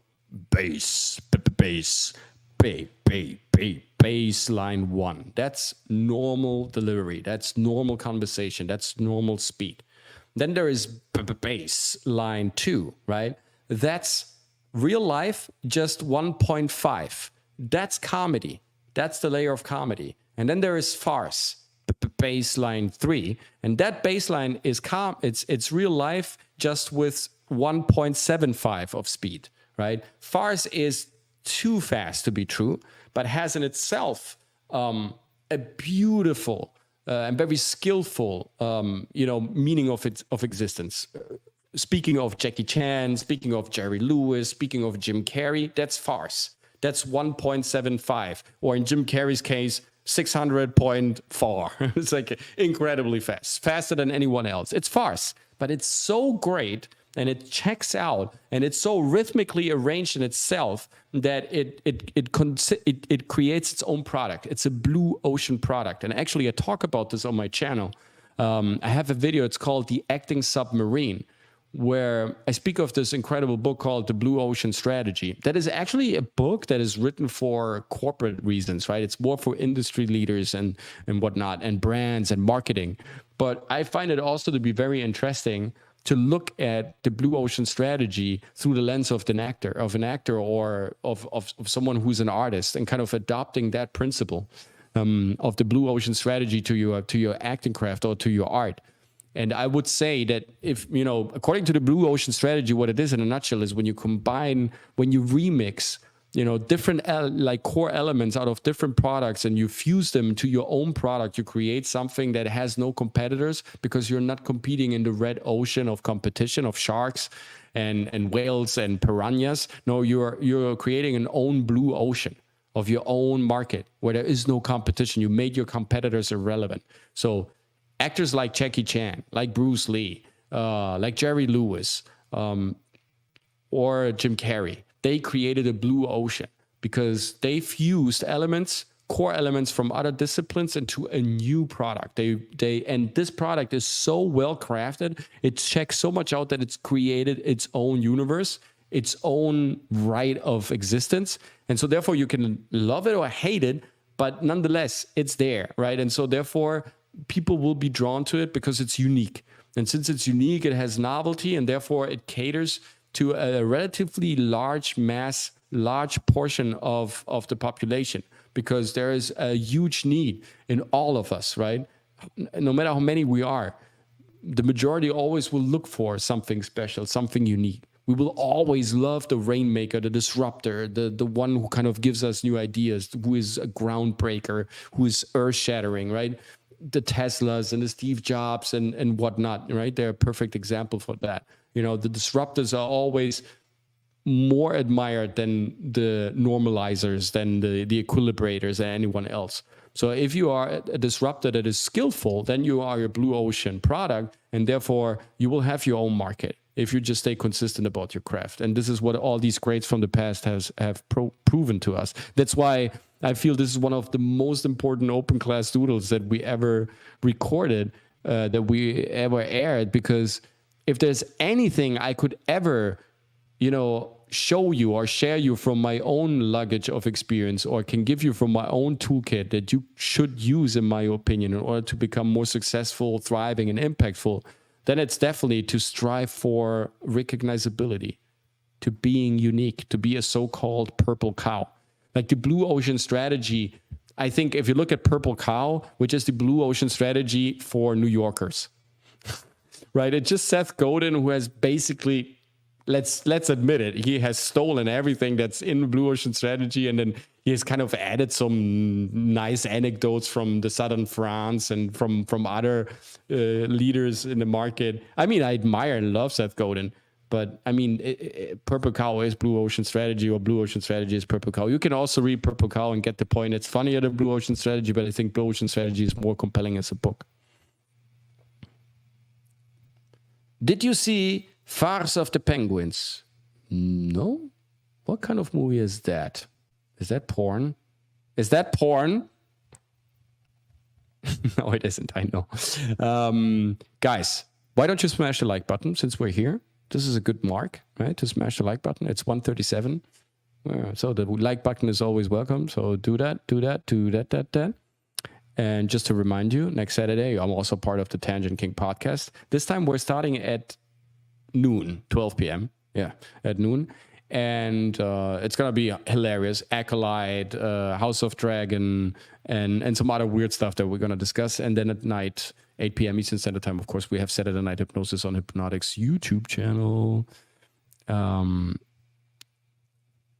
It's funny, but NSFW, not so... I'm not really savvy with these abbreviations and contractions. I'm really sorry. I'm a bit old school. I really don't know them all. So what do you mean? No, but I believe you. If it's funny, I mean, I can take a look into that and see what's happening there. I always love new material. You never know. So, of course, some people that also come over here to the COACHMC studio is like, yeah, but not safe for work. Not porn, though, not safe. I see what you mean. No, I was just joking. I didn't really assume that. That was a bit of a stupid comment. I'm sorry. Just leave the money on the table, okay? How much money is it? Okay, it's not enough. Keep my eyes open. It's difficult to learn humor, for sure, right? It's not something that as you've seen, I showed you many examples where the context is actually what makes the humor funny, right? It's the context, how they present it. And the context is, you know, is based on technical and transactional operations that you can learn, refine, and then execute at a certain point so flawlessly that it checks out, right? There is nonetheless, even the context is a very important component of great humor and comedy and farce. There is nonetheless something called talent, right? Sure. I mean, there are just people who are inclined of imitating voices. There are people who are, they don't maybe have a like such a high threshold of exposing themselves. They are, you know, they're okay with being vulnerable. They're okay with impersonating voices, impersonating people, or creating funny voices, or just exposing themselves, right? I think funniness comes also from being vulnerable. Like I said, comedy is drama written by a mirror or with a mirror. And so therefore there's a lot of sadness in comedy in a way, right? And that sadness is of course, the better you play that, the more talent you have to interpret that, the bigger the role, the bigger the character, you know, will be. I mean, Robin Williams is, to me, is the master example of how you can combine funniness and depth, right? He, in every movie he plays, he's funny, but nonetheless, he sometimes plays even killers. But Robin Williams is, of course, it's the epitome, right? It's the apex. It's the absolute, like, it's the, you know, he is the king who's sitting on top of the shoulders of others in the pantheon of comedy. He is number one because his, you know, speed, his delivery, and also the sense he was making with the things that he was saying. It was not just speed and coordination. Robin Williams is the king of comedy because everything that he did had also sense. Like the stuff that he was saying was deep. And it was a lot of really good, like poetic and very thoughtful, you know, material that was coming out of his stand-ups, of his shows, of his movies. It wasn't just coordination, like Jerry Lewis, for example. Hail nerds! Charlie Nuclear. It may be offensive to some people. I thought it was funny when I watched several years ago, though. What is, offensive is like when people take themselves too seriously. This is what this show, tries to end. Also to my Twitter people, to my Instagram people, like, get this thing out of your head.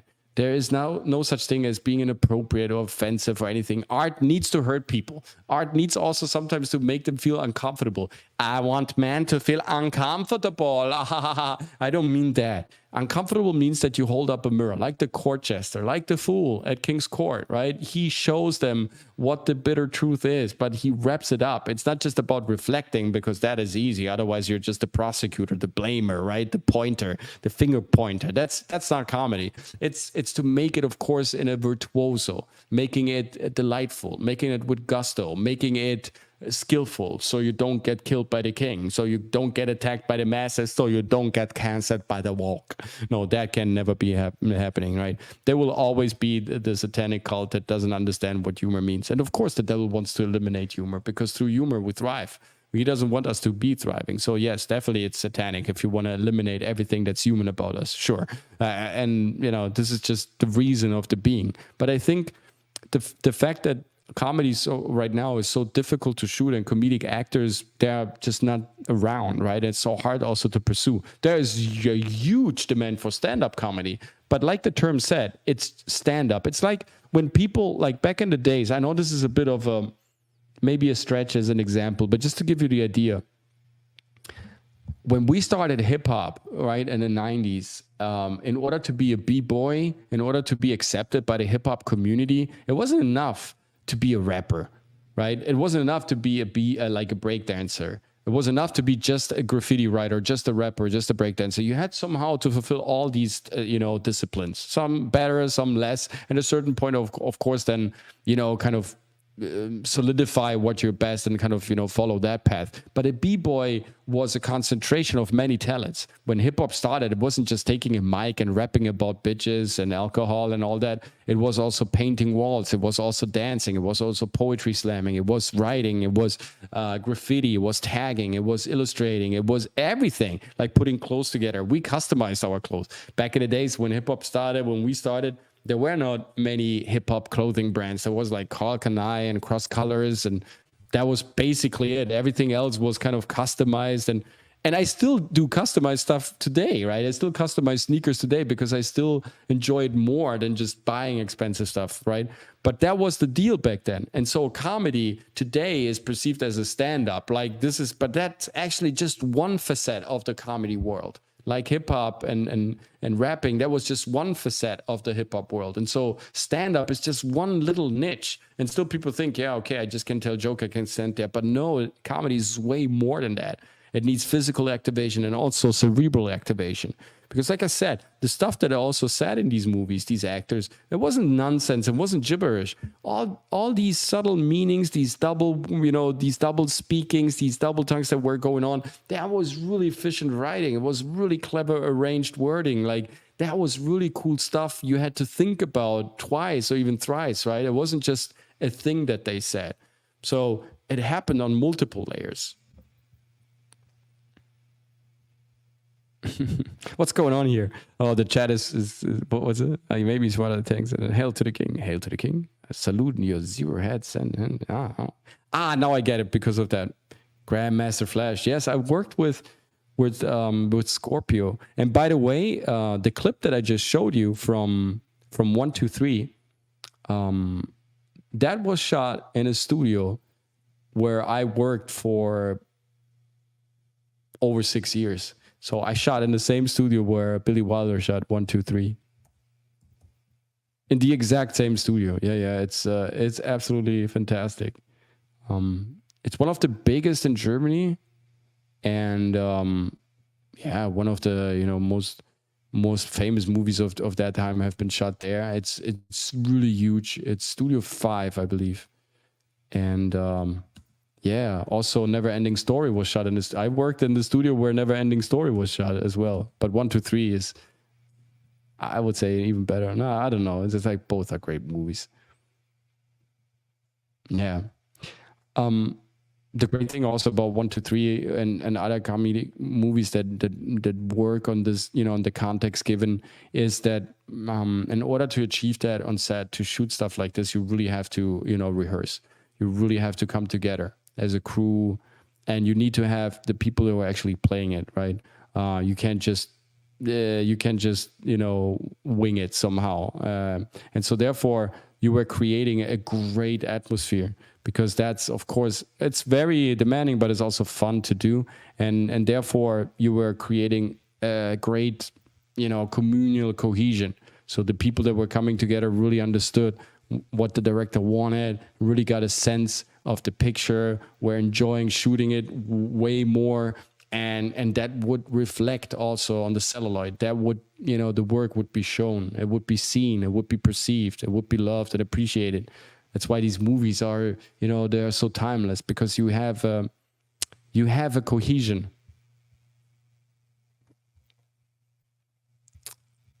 I'm gonna turn. Something is going on here in my ear. I don't know if you can hear it. It's crazy. What's going on? Who's this?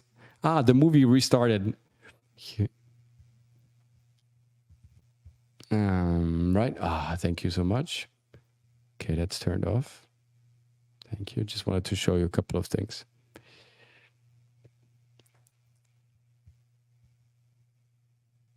It's one of those things it's difficult to learn humor. It's one of those things, you got it or you don't qualities. But since I contend every life situation has humor, and every scene and every play has humor, it must follow that all human beings have humor. However dispirited or mean or tiny or unconscious, fan that tiny flame. It could grow into something. I know the actors not using humor on stage who are perfectly capable of expressing some of it in their lives. They simply don't know what it is because they never thought about it. Humor they are sure occurs in comedies. If they aren't acting in a comedy, they don't have to concern themselves with humor. And that's so true. I see this also with my client. They're somehow excluded from the picture if it's not a comedy. Not all of them. And I quickly teach them that they should reinsert it, even on top, like put it on top. I went to so many auditions. This goes to the actors out there watching this. And I always add humor on top. I always followed the advice by Michael Shurtleff.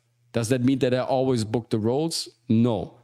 But I felt that I was doing something sincere and I delivered great entertainment. And most of the times, it at least got me a call back.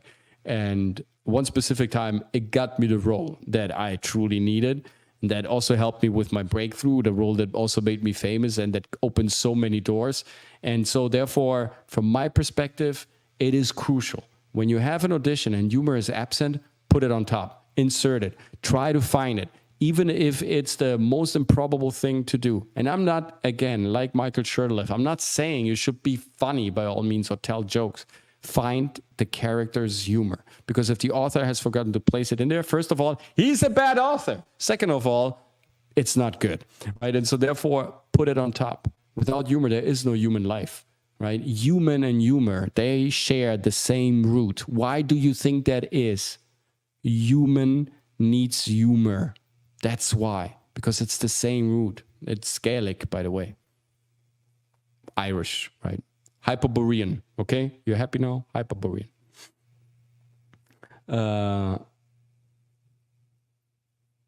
Yes, it's really that. They try to filter it out because they feel ashamed of this exposing themselves, of disclosing who they really are, their humanity.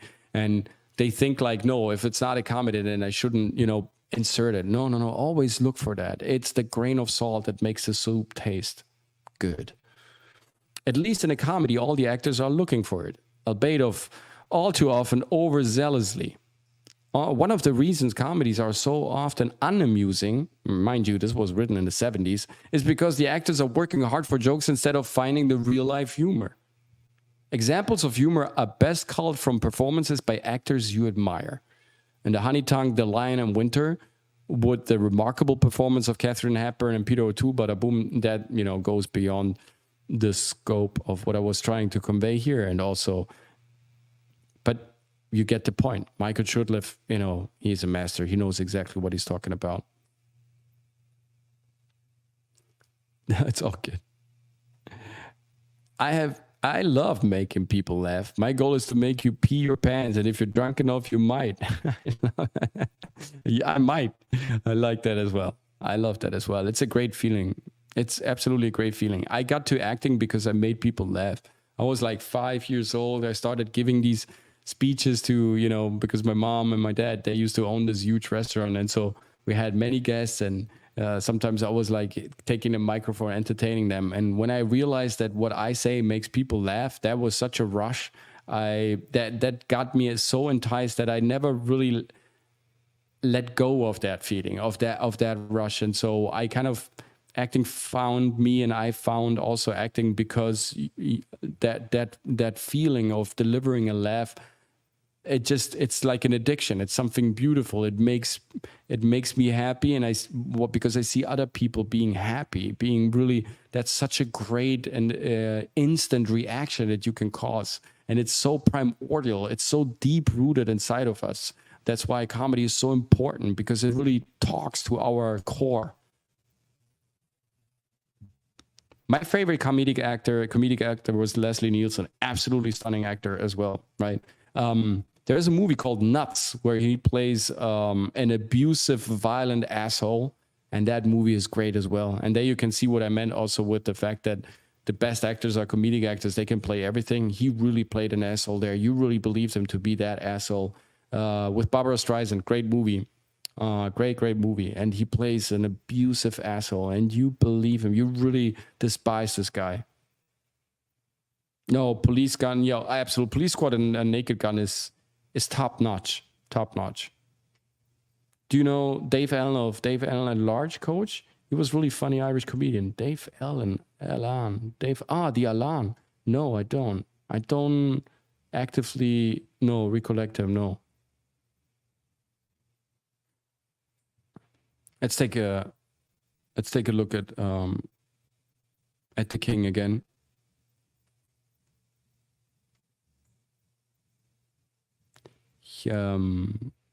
If I can find it, of course. I should have it here.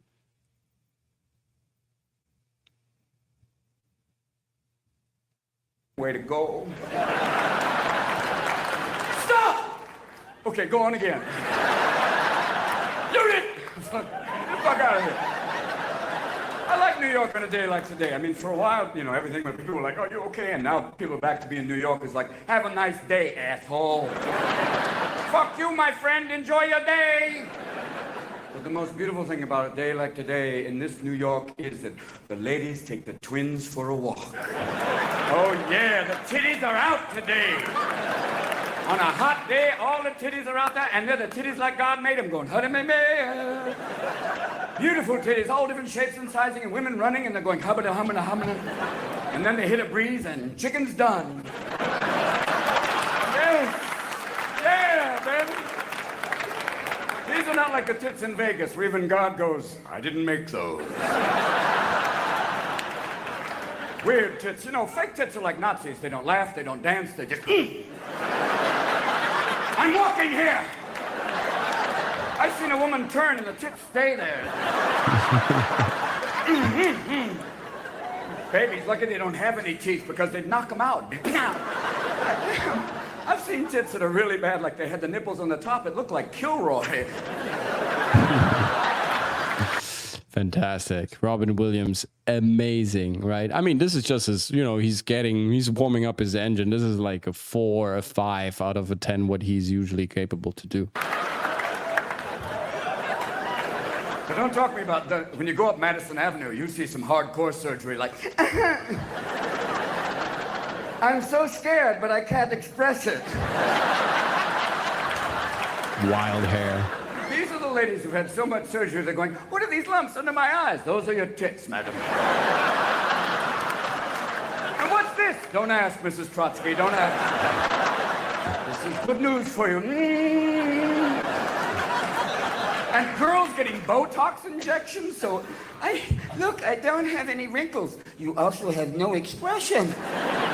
You look like you've had a slight coma, but you're beautiful. Yes. Again, also, you know, the thing about comedy, especially now we're looking more at the, you know, the physical comedy, right? You could also say slapstick in a way. We're not looking at subtle comedy, of course, right? There is a huge array of comedy, right? We definitely going to shoot an... I talk like Bender today that was kind of, you know, plugged out of the system. There is, of course, subtle comedy. There is intelligent, smart, intellectual comedy. There is comedy of Shakespeare that is happening more in the speech, right? There's many facets of that. And we're going to cover that in other episodes. I wanted to focus today on why comedy, in my opinion, has no blockbuster movies. And that is, of course, besides that we have a satanic Marxist troop that has taken over our entertainment industry, it has a lot to do with the skillfulness of the actors. It has a lot to do with the rhythm that they deliver, the consistency of their movement. It has a lot to do with, you know, the control of their voice, their tonality. We talk a lot about over here on the channel how important it is to have very good control over your voice. As an actor, you know, I'm baffled and amazed about how many actors today, even in great features that cost a lot of money, are almost they are almost not hearable. They're not really understandable. It's like mumbling rap, right? They have no tonality. There is no emotion. Everything is played flat. Their voice, I can't believe they are not trained, but it seems like sometimes, because their voice is literally sometimes breaking up and breaking down. And I could like make many examples where I just feel this is too thin. Also from the volume, from a vocal image perspective, to me, most actors are too flat nowadays. There is no depth. There is no variation. There is no oscillation. I'm not talking about going up and down like a crazy Italian like I am, right? You shouldn't beat always up the place. Like I said, we will talk about smart comedy and more intellectual comedy the upcoming Open Class Doodle episodes 3 times a week. You know it, right? Monday we look into the future. On Tuesday we look into the past, and on Thursday, like today, we're looking to the current state of the union. And so 3 time periods throughout the week. But definitely in the upcoming episodes, in the upcoming weeks, we're going to look at more, a more subtle comedy as well. Think of Donald Sutherland or Christopher Walken, right? I mean, it's not really that subtle, but it's thinner. Or, for that sake, think of Michael Keaton. Think of Michael Caine. Think of Leslie Nielsen. Think of, when you have movies, it's like that are like based in some sort of, like you have slapstick, right? Billy and Ted's, is a great example, or Wayne's World is a great example. That's slapstick. That's exaggerated, oversketch stuff, right? And here we have beautifully choreographed stuff. Everything kind of, thought well, super played out, everything skillful, super okay. But there is something called like an aesthetic, like Natalia is saying, right? To Silver Lining, for example, is not a bad movie. It's a funny movie that makes you think, has great acting, and it's still it's really contended. It's really compressed. It's not too much, right? They're not throwing it overboard and not beating up the place. They have scenes where it's boiling up, but it's still in the context of the character.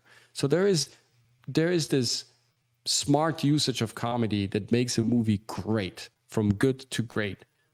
But when you overuse it, when you use it in a sloppy way, when you're lazy with it, when it's not really motivated, then you make an even good movie mediocre, or even bad, or even worse than that, like unwatchable, right? Because then it kind of defies the very reason, the very essence why I should watch this in the first place, like with the Thor, Love and Thunder, whatever. Yeah, exactly. It's satire, right? Even satire works. If it's smart, if you set it up and everything is there. Yes, Thor, Love and Thunder could have worked as a satire if it would, be set up like that. It always was like one, because they were, betraying their characters so much that you thought this is like a satiric spin-off, right? It's like, it's one facade. We could play it this way, but let's please get back to our old canon, right? But they didn't really denounce it like that. They just flat out played it straight, and that's why it didn't work. That's why, the comedy in that movie, some comedy worked, but most of it was just so, it was awful. Really awful. It was denouncing the characters. It was, not really well played. All this amazing transformation. When guys say to you, baby, I want you to get your tits done for me, okay? Mm-hmm. Do it for me. Do it for your daddy, man. Then you say, okay, daddy, man. Then I want you to get your balls done for me, okay? I want you to get those big old Voight basketballs. So when you do the Baywatch thing, it's like, nothing drives a woman crazy like a big old Easter basket on her bunny. So when you go to the doctor, girls and payback's a bitch. Go for it, girls. Because you went through a hard time. This whole winter was so bizarre. The temperatures, it was like 80, 20, 30, 50. It was weather by Sybil. It was fucking weird. The weathermen are going, I don't fucking know what's going on. Let's just see what happens. This spring, flowers were like Anne Hesh going, I'm out, I'm in, I'm out. What do you mean, Galaxy Stranger? Of course we have a Monday show. We look into the future on Monday. And by the way, next Monday we're gonna have a lot of topics concerning NFTs, blockchain, artists, and monetization and blockchain, and how to create your own market and how to monetize all your art also on the Web3 space with our NFT Phantom, nobody that we featured on Tuesday during the Back to the Future stream. By the way, who hasn't watched that stream, guys, Twitter, on Instagram over there. If you haven't so far, come over to our YouTube channel over here, because it's our channel at this point, and rewatch that stream. It was truly funny. Our biggest show so far of 3 stages and a time machine. Really cool stuff with the NFT Phantom. Nobody you know. I didn't know where to go.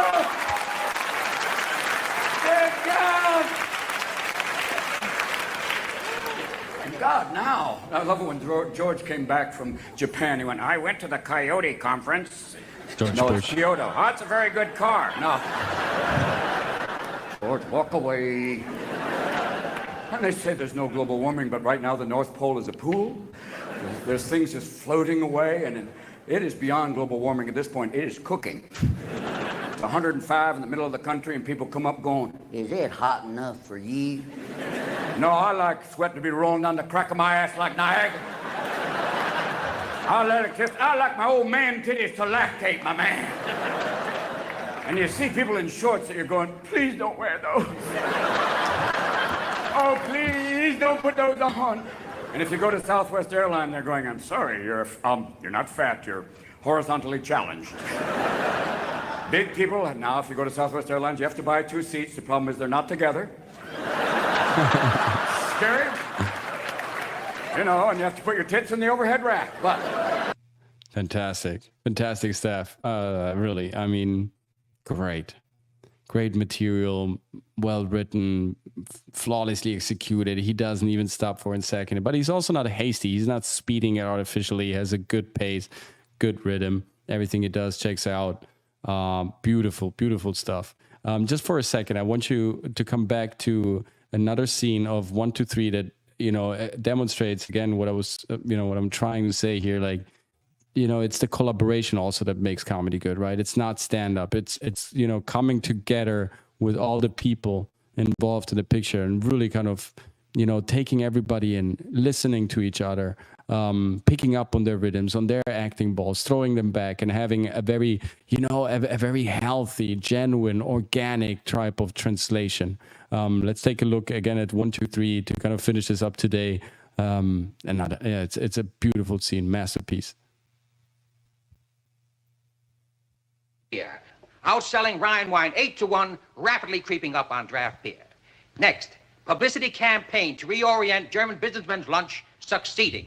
27% now having Coke with their Knackwurst. Now, here's a real hot flash. We may become the first American company to crack the Iron Curtain. I have started preliminary negotiations with a Russian representative. It looks most promising. More later. Next. What'd you do over the weekend? Nothing. I stayed home waiting for you. I tried to make it believe me. I just couldn't I shot in the studio. get away. But there's good news tonight. Yes? Mrs. McNamara? Put her on.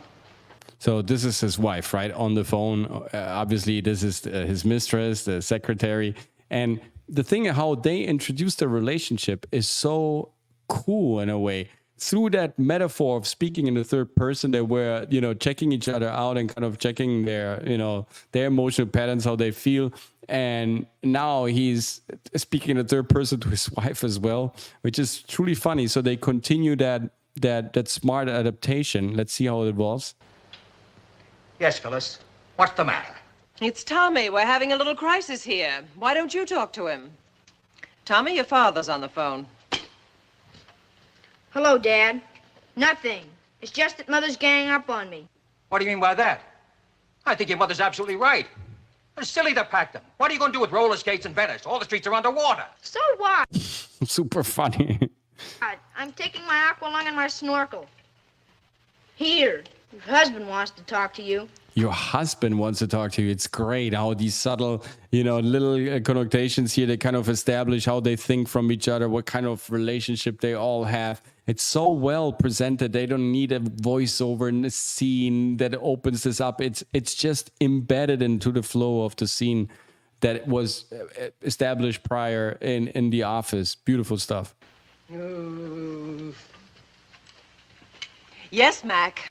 Look, Phyllis, let him pack what he wants. All right, so I'm spoiling him. Big deal. Don't worry. The car will be there at 5. Then you'll pick me up at the office and I'll take you to the airport. Yes, mein Führer. Bertha wants to know what you'd like to have for dinner tonight. Oh, tell her not to bother. I've got a desk full of work. I'll just grab a quick bite somewhere. So long, dear. Like I said, good news. Your wife, she's making a trip? Is she ever going on?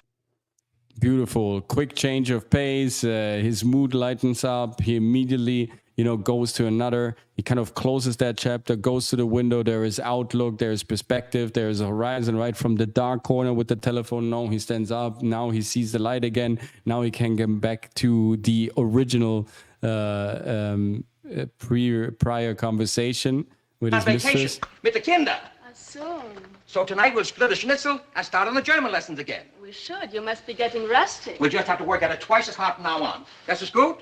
Sehr gut. And the first thing we're going to... They're playing with different languages. Beautiful. German, they kind of flip back and forth, and English. ...do is brush up on the umlaut. Das ist wunderbar. Like all the lilacs in Lower Bavaria. The communist gentlemen are here. Send them in. That'll be all, Fraulein Ingeborg. Put that on the teletype to Atlanta. Jawohl. And take your gum. Jawohl.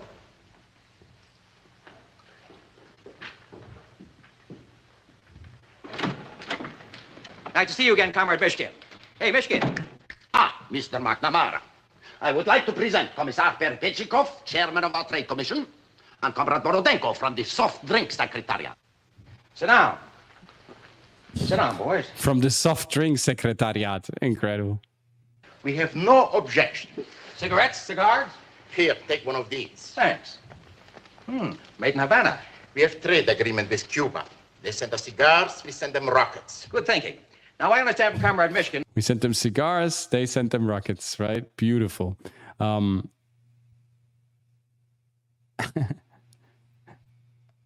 Actually, don't think modern audiences can relate to going on vacation. No, they don't. Or having a job. For what it's worth, yes. Let's take, it's what I feel also about, when you set up these scenes is again, everything has a certain meaning. You feel like everything has a purpose to be there. There is like every detail has its function. Nothing is it's too much or too less. Everything has the right measurement. Also in today's movie, it's just too much effects, too much of what's happening in the scene, too much editing. And what is the magic of, for example, 1, 2, 3 or a Bruce Lee movie? They actually act on very similar principles, as crazy as that sounds. They have a strong master shot choreography. Also, Akira Kurosawa is a master for that, right? Look at a Bruce Lee movie. Look at a Billy Wilder movie. Look at a Akira Kurosawa movie. They set up their master shots, because I was reading or having a job from Osiris. They set up the master shots with choreography. They block it, and so they can always jump back to that master shot. And the choreography is usually very compelling, and it's not overloaded by any exterior elements that somehow kind of liquefy that choreography. It's very simple. Usually, you have a couch, you have a wall, you have cigars, bring 3 people in, bada boom, and it's just that choreography, that setup that then gets played out. And Bruce Lee is the same thing. Watch a movie that he kind of played in Rome with Chuck Norris, right? Why is it still not possible to replicate that authenticity, that speed, that that grittiness of the Bruce Lee movie? Like, his fights are still one of the best fights. And of course, yes, we have complicated, beautiful setups and scenes in John Wick and American Ghost Story and also in, of course, more modern kung fu movies and Jackie Chan. But just that simplicity, that very almost stoic setup, right? That is stripped of anything that's useless, anything that's superfluous, anything that's just added ornamentation. Bruce Lee is a master of that. His scenes are well choreographed. Every kick, every slap, every jab, every duck, every slide, everything makes sense, and it's just enticing to watch them. There is not much going on, but it's just everyone has his character. It is supported by the scene. It's well choreographed and greatly also photographed. And then when you have detailed shots, they check out, the continuity checks out, the flow is there. You don't have to kind of arrange crazy edits because you did some mistakes in the setups. And once you're jumping into the close-up, you kind of have a different position than a master shot, and it would be strange to watch. And so therefore you have to add nonsensical, crops and frames here and there. This is what's happening today. We're lamenting this fact over and over, that action movies, they look so generic. They look so exchangeable, because usually the master shot choreography of the scene sucks so hard that they have to put in so many edits.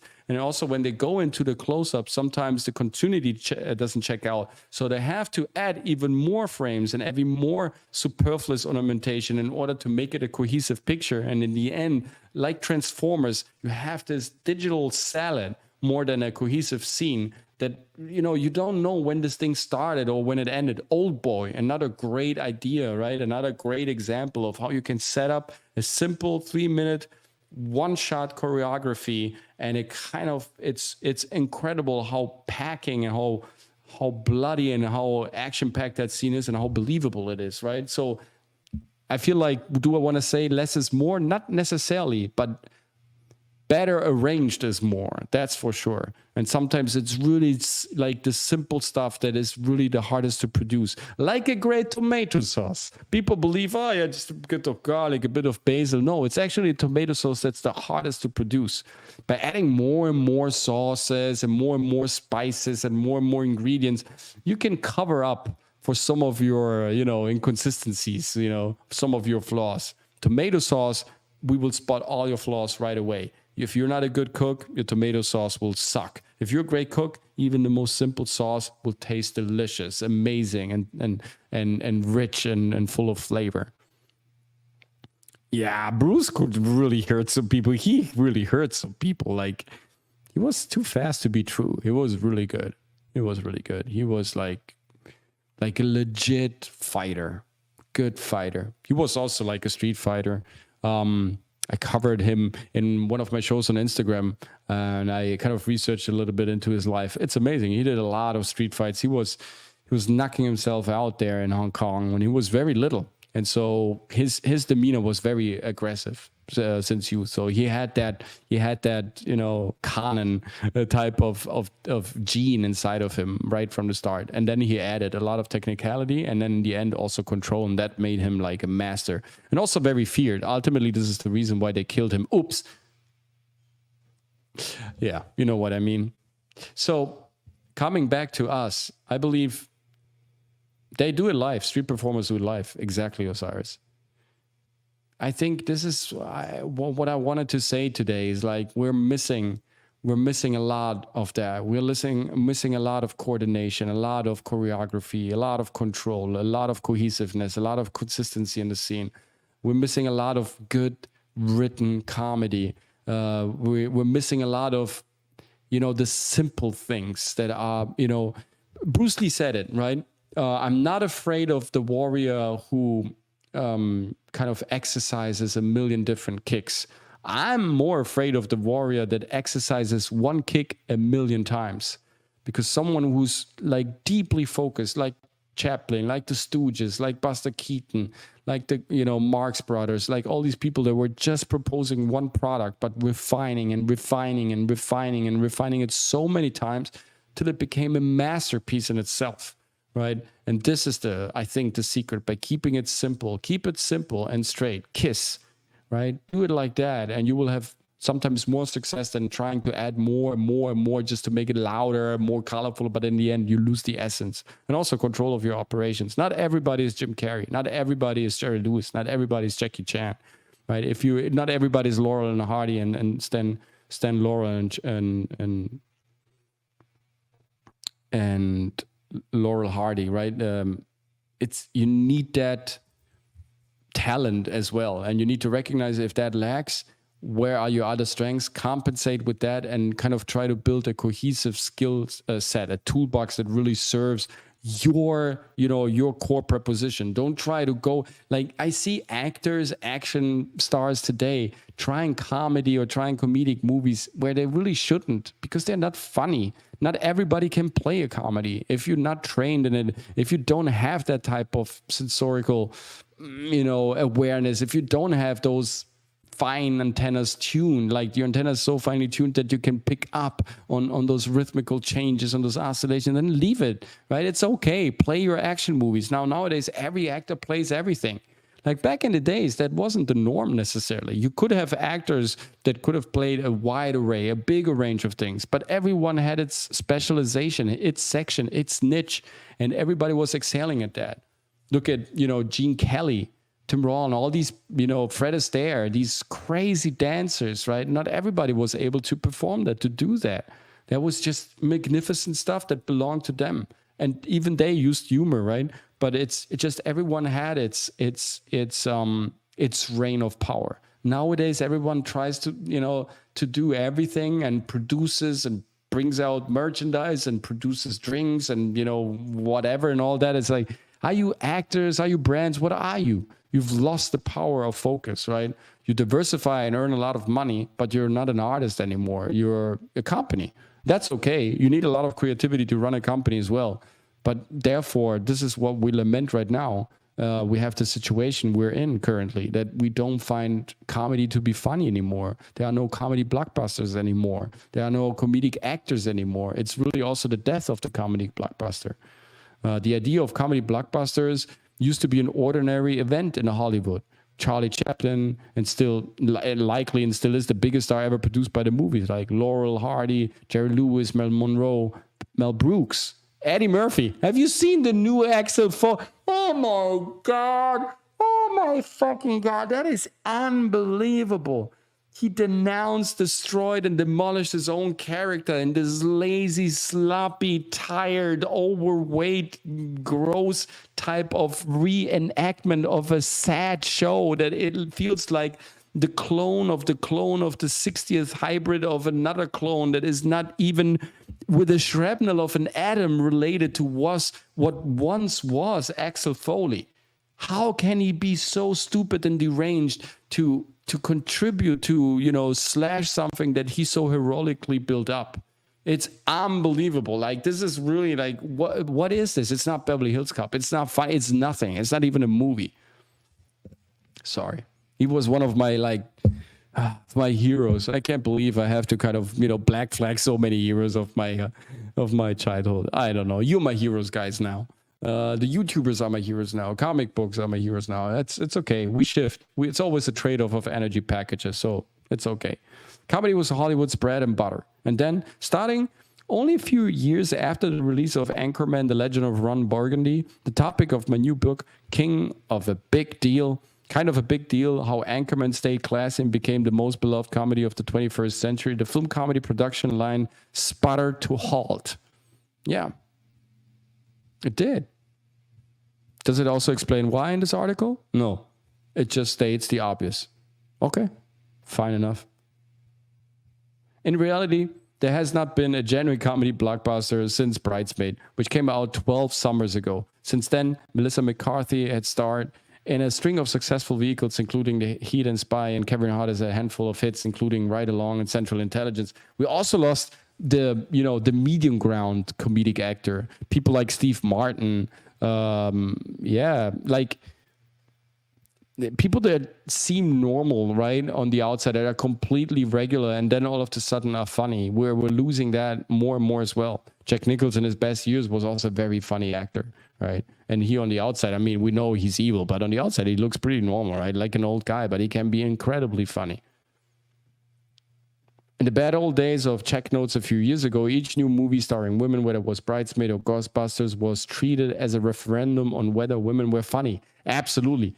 They doubled down. Yeah, women can be funny. And they tried to kind of press them again into a subject where they weren't really capable of showing their best qualities. And therefore, again, paired with a very poor script and a bad cinematography, you have your catastrophe served. Very cold. Now, so few comedies are being made that each one is treated as a referendum whether comedy can draw audiences to the movie theater. And the result have been disheartening. Anyone see No Hard Feelings with Jennifer Lawrence as a woman hired to deflower the clueless college-bound scion of a wealthy family? Me neither. I actually saw that movie, and it's okay. I mean, it's a weird movie. I don't know what to think of it, but it was okay. It had really, truly funny moments. I didn't really believe Jennifer Lawrence could produce such comedy, but it was actually quite good. It was low budget, and she appears naked for a couple of seconds, and that was also pretty courageous and so strong and so brave. I can't believe you did this, girl. Oh, you're so strong, so courageous, so brave, right? No, but besides that, she was actually killing it in some parts of the movie. But again, it was a very weird, bizarre movie. It didn't really make sense till the end, but somehow it got a nice resolution. And it was one of those few comedic movies. Yes, true. Yeah, right. So why is it that comedy has receded so thoroughly from the big screen? I point to 3 prime factors, really curious about that, each of which can be illustrated partially through the success of Anchorman and what came afterward.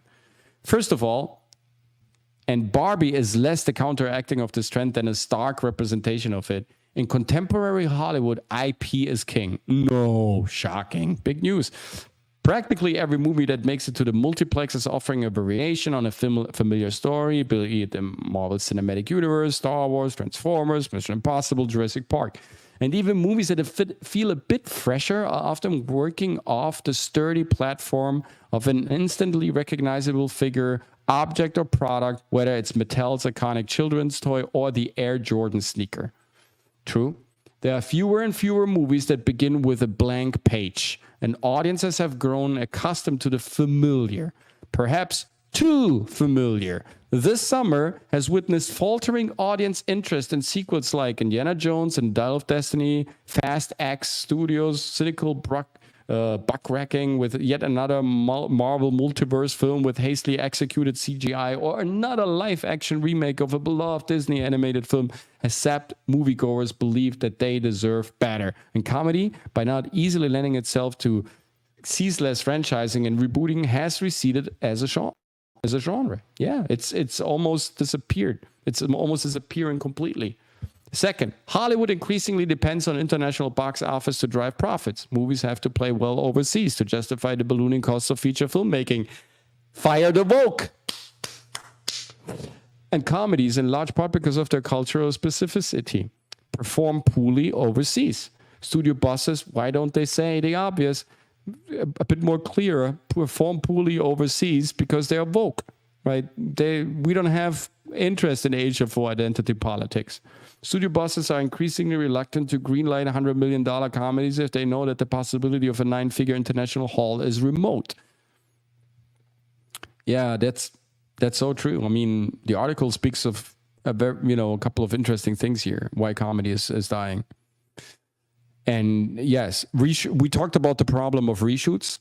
If you do reshoots, like right now with Snow White or any other movie, and you place more and more filmmakers, more and more authors behind the project, then of course you dissolve the creative soul of that movie. And so all of its humor will be also, sometimes a director has more humor, sometimes less. And so it will feel like being botched up as a product, and therefore, again, not as accessible and free-flowing like the beautiful examples that we have viewed before.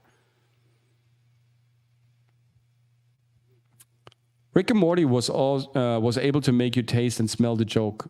Dana Harmon is a genius, but it's animated and kind of sad that the only place humor can exist. Yeah, Futurama, the beginning, Rick and Morty for sure. You're right. Simpsons, yeah. Wokies piss me off. Yeah, they have their little incubation cell. They will disappear soon. They dress like clowns with their makeup and their hair color. I get mad at laughs and joke is such a beautiful thing. You're so right, Osiris. Idea for comedy movie: Shawshank Redemption 2, The Redemption. Nice. Not bad, sir. You're delivering today. Everybody's delivering today. Thanks, Chad. You guys are awesome. Hey, this is what you're missing out there on Twitter and Instagram. Come over here. It's way funnier, I believe. Like, there's so much more to explore over here on YouTube. Don't miss out on this. And then once you're here, since you're here, why don't you subscribe? The increasing paucity of comedy blockbusters also leads to the third factor, the aging of bankable comedy stars. When we think of stars who can open a comedy, we are mostly thinking of the same performers from over a decade ago. Ben Stiller, Seth Rogen, Melissa McCarthy, and of course Will Ferrell. But Stiller and Ferrell are both in the mid-50s now, and even the jovial slacker stoner Rogen is 41 and starring in an Apple series alongside his former neighbors castmate Rose Byrne.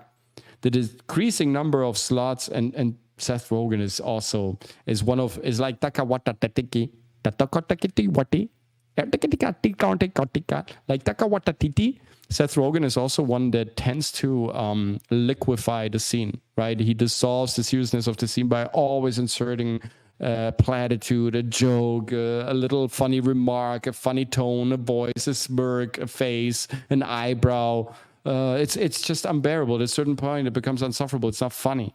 Instead, the navigated way to a far more hospital home for a gifted performer, see Donald Glover. Is Donald Glover funny? This is a question for you guys. I don't personally have any against him, but I don't feel his comedy. It's really not that funny to me. Some of his stuff is good, and I admire his gusto, his panache, how he like this laid back sense of style that he carries and that he takes care of, but it's not always funny because, like we also demonstrated today, comedy is rhythm, guys. It's not always funny to delay the joke, to extend, right, and to make it slow or take out the rhythm all the time, to work on pauses all the time. Comedy is working on rhythm. If you don't deliver rhythm, it's not funny. So most of the Glover comedy kind of, goes over my head, apparently, or it's just not for me. To me, it lacks rhythm. It lacks consistency. It's good sometimes, but it's more coincidental. It's never really a cohesive act. Whoever calls Phoebe Waller-Bridge funny is out of his fucking mind. Rachel Bloom, Quinta Bruce, and Bill Hader. Bill Hader is okay. He's definitely okay. He has some really good stuff. He is a great impersonator for sure. Comedy is generally catered to youthful audiences. That's not true.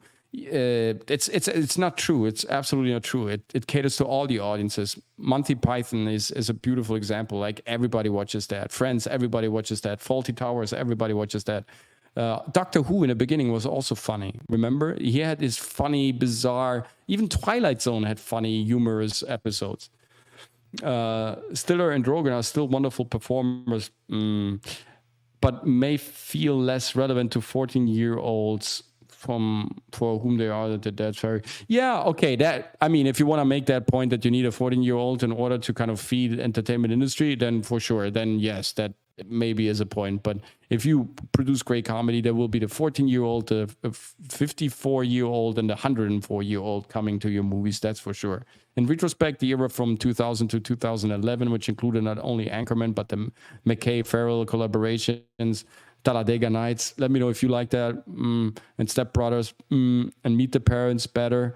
Zoolander, okay, first part. Mean Girls, all right. Bridesmaids, yes, surely funny. Wedding Crashers, okay, funny. May have been Blockbusters comedy final golden era. I wouldn't say golden era. It was the rat's tail of a way bigger and way more beautiful animal, right? It was sort of like the last crumbs that they still used.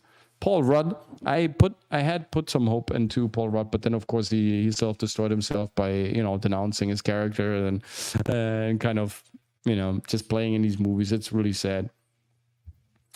Yes, it's true. Comedy, by not easily lending itself to ceaseless franchising rebooting, has receded as a genre. I think that's the greatest takeaway from this article.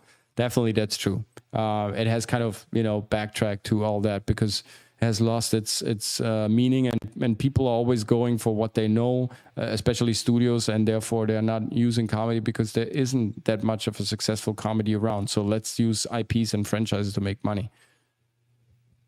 Donald Glover was great in Community. Never seen him in anything else. I haven't seen Community. Though I saw one episode, but no, not really. Like,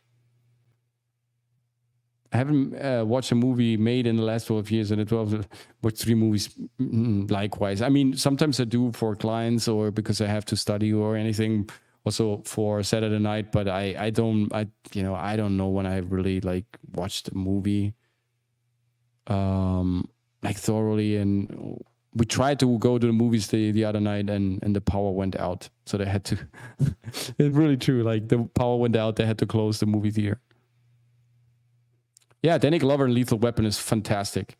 He's truly funny. Again, that's another also like,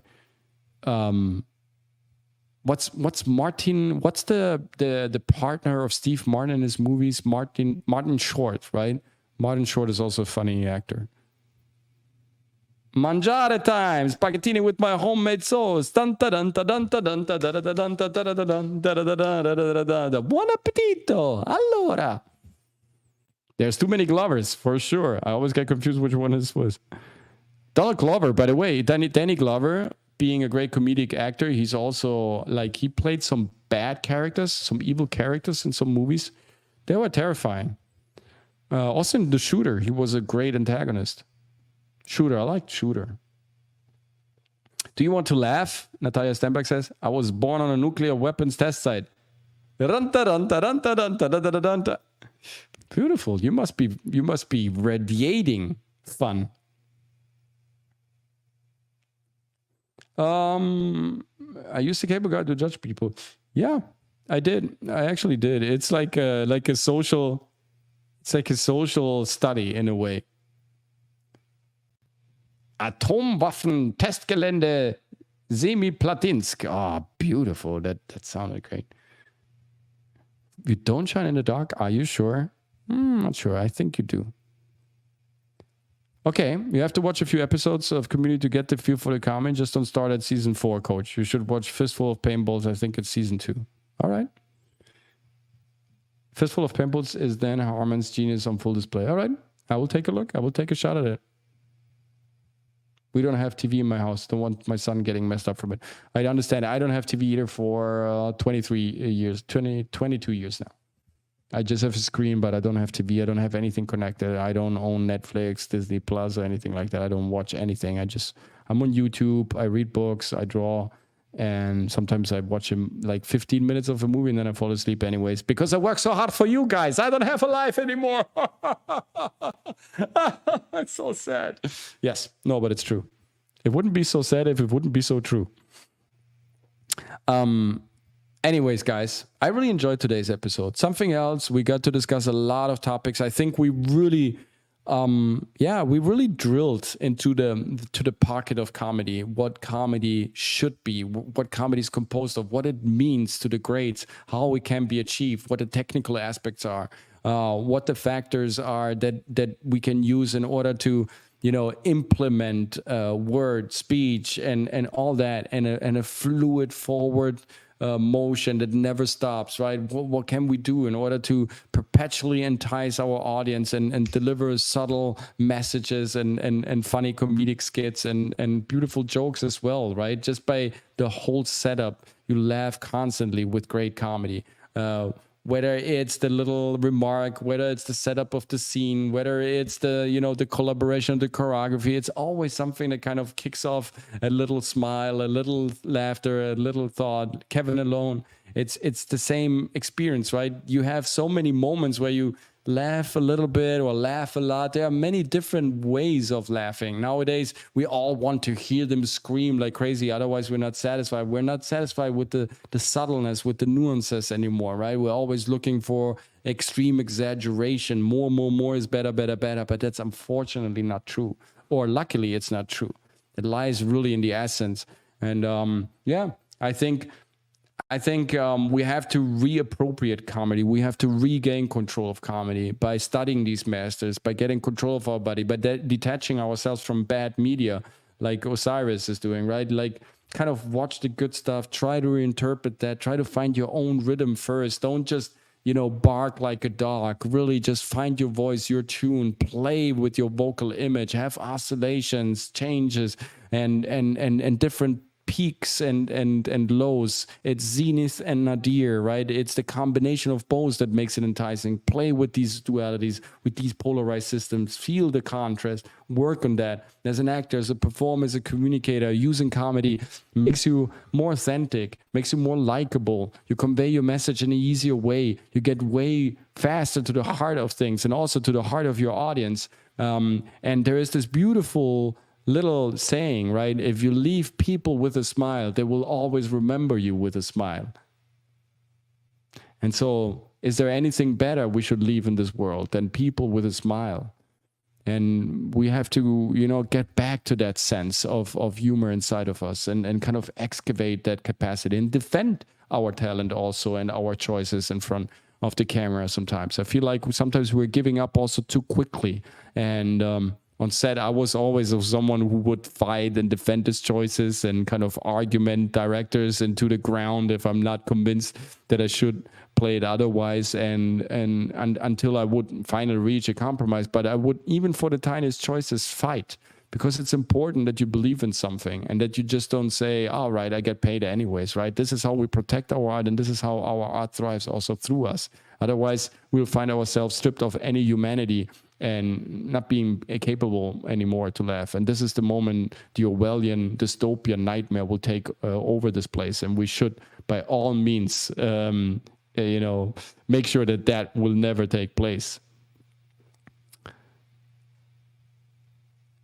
No, the joke was that Cable was so horrible that anyone that liked it was crazy, not on set on stone, and it has expectation. No. It's really a weird, bizarre movie. I liked it because it's like a French Nouvelle Vague setup, right? It's so bizarre that it's sort of its own product, and therefore, you kind of, it's not really funny. It's not a good comedy, but it's somehow like a social introspective that it's truly interesting. Yeah, of course. It's good to laugh at dumb stuff, at silly stuff. Of course. Thank you so much, John Doe. What a fun show, Coach and crew. Thank you for sharing. Mitch Hedberg, one of the best. Yes. I need to watch Cable Guy as an adult. Jim Carrey hates that people didn't get it. But that was coming off Liar Liar and Pet Detective type characters. Yeah, sure, of course. It was deviating from the script. It was strange, but I think that's why it was a good choice. I'm more in my element in personal voice, Chad. Okay. Yes, guys, thank you so much for coming by and stopping and sharing and talking and conversating with me, with the others, creative community. It's been a blast, also on Twitter and Instagram. Like I said, we will be back on Monday with Open Class Doodles, 6 p.m. Eastern Standard Time with the Phantom NFT, Nobody You Know. I'll be on Tangent King Podcast this Saturday. This is noon Eastern Standard Time, and then later on Hypnotics channel, Saturday Night Hypnosis, of course, and 8 p.m. Eastern Standard Time. Next week, Tuesday, unfortunately, we can do 3 Sages in a Time Machine. It has to skip next Tuesday because of an event we're taking part of. Otherwise, everything will be back to normal next week. Maybe we're recuperating that episode on Wednesday. Maybe we're doing 3 Sat on Wednesday. Let's see if Ryan and Dragon can come by, because on Tuesday, I'm afraid we can't do it. If that would be okay with you guys, let me know also in the comment section if you would come out on Wednesday as well for 3 Sat. Just for that one exception, for that one occasion at 6 p.m. Eastern Standard Time. Otherwise, guys, thank you so much. Thanks to Osiris, thanks to Pat, thanks to John, thanks to everybody coming out, Galaxy, Charlie, Natalia, you guys been amazing. Thank you, Rosita. It's been a blast and an honor being here with you, Raven Wolf, and everyone else. See you next Monday. Otherwise, see you on Saturday, and have fun in your life. Bring humor into your life, bring spice into your life, bring spirit into your life, and enjoy the silly things, the big things, the small things, and never take yourself too seriously. And when there is doubt, zoom out and laugh about. Now you're ready to perform.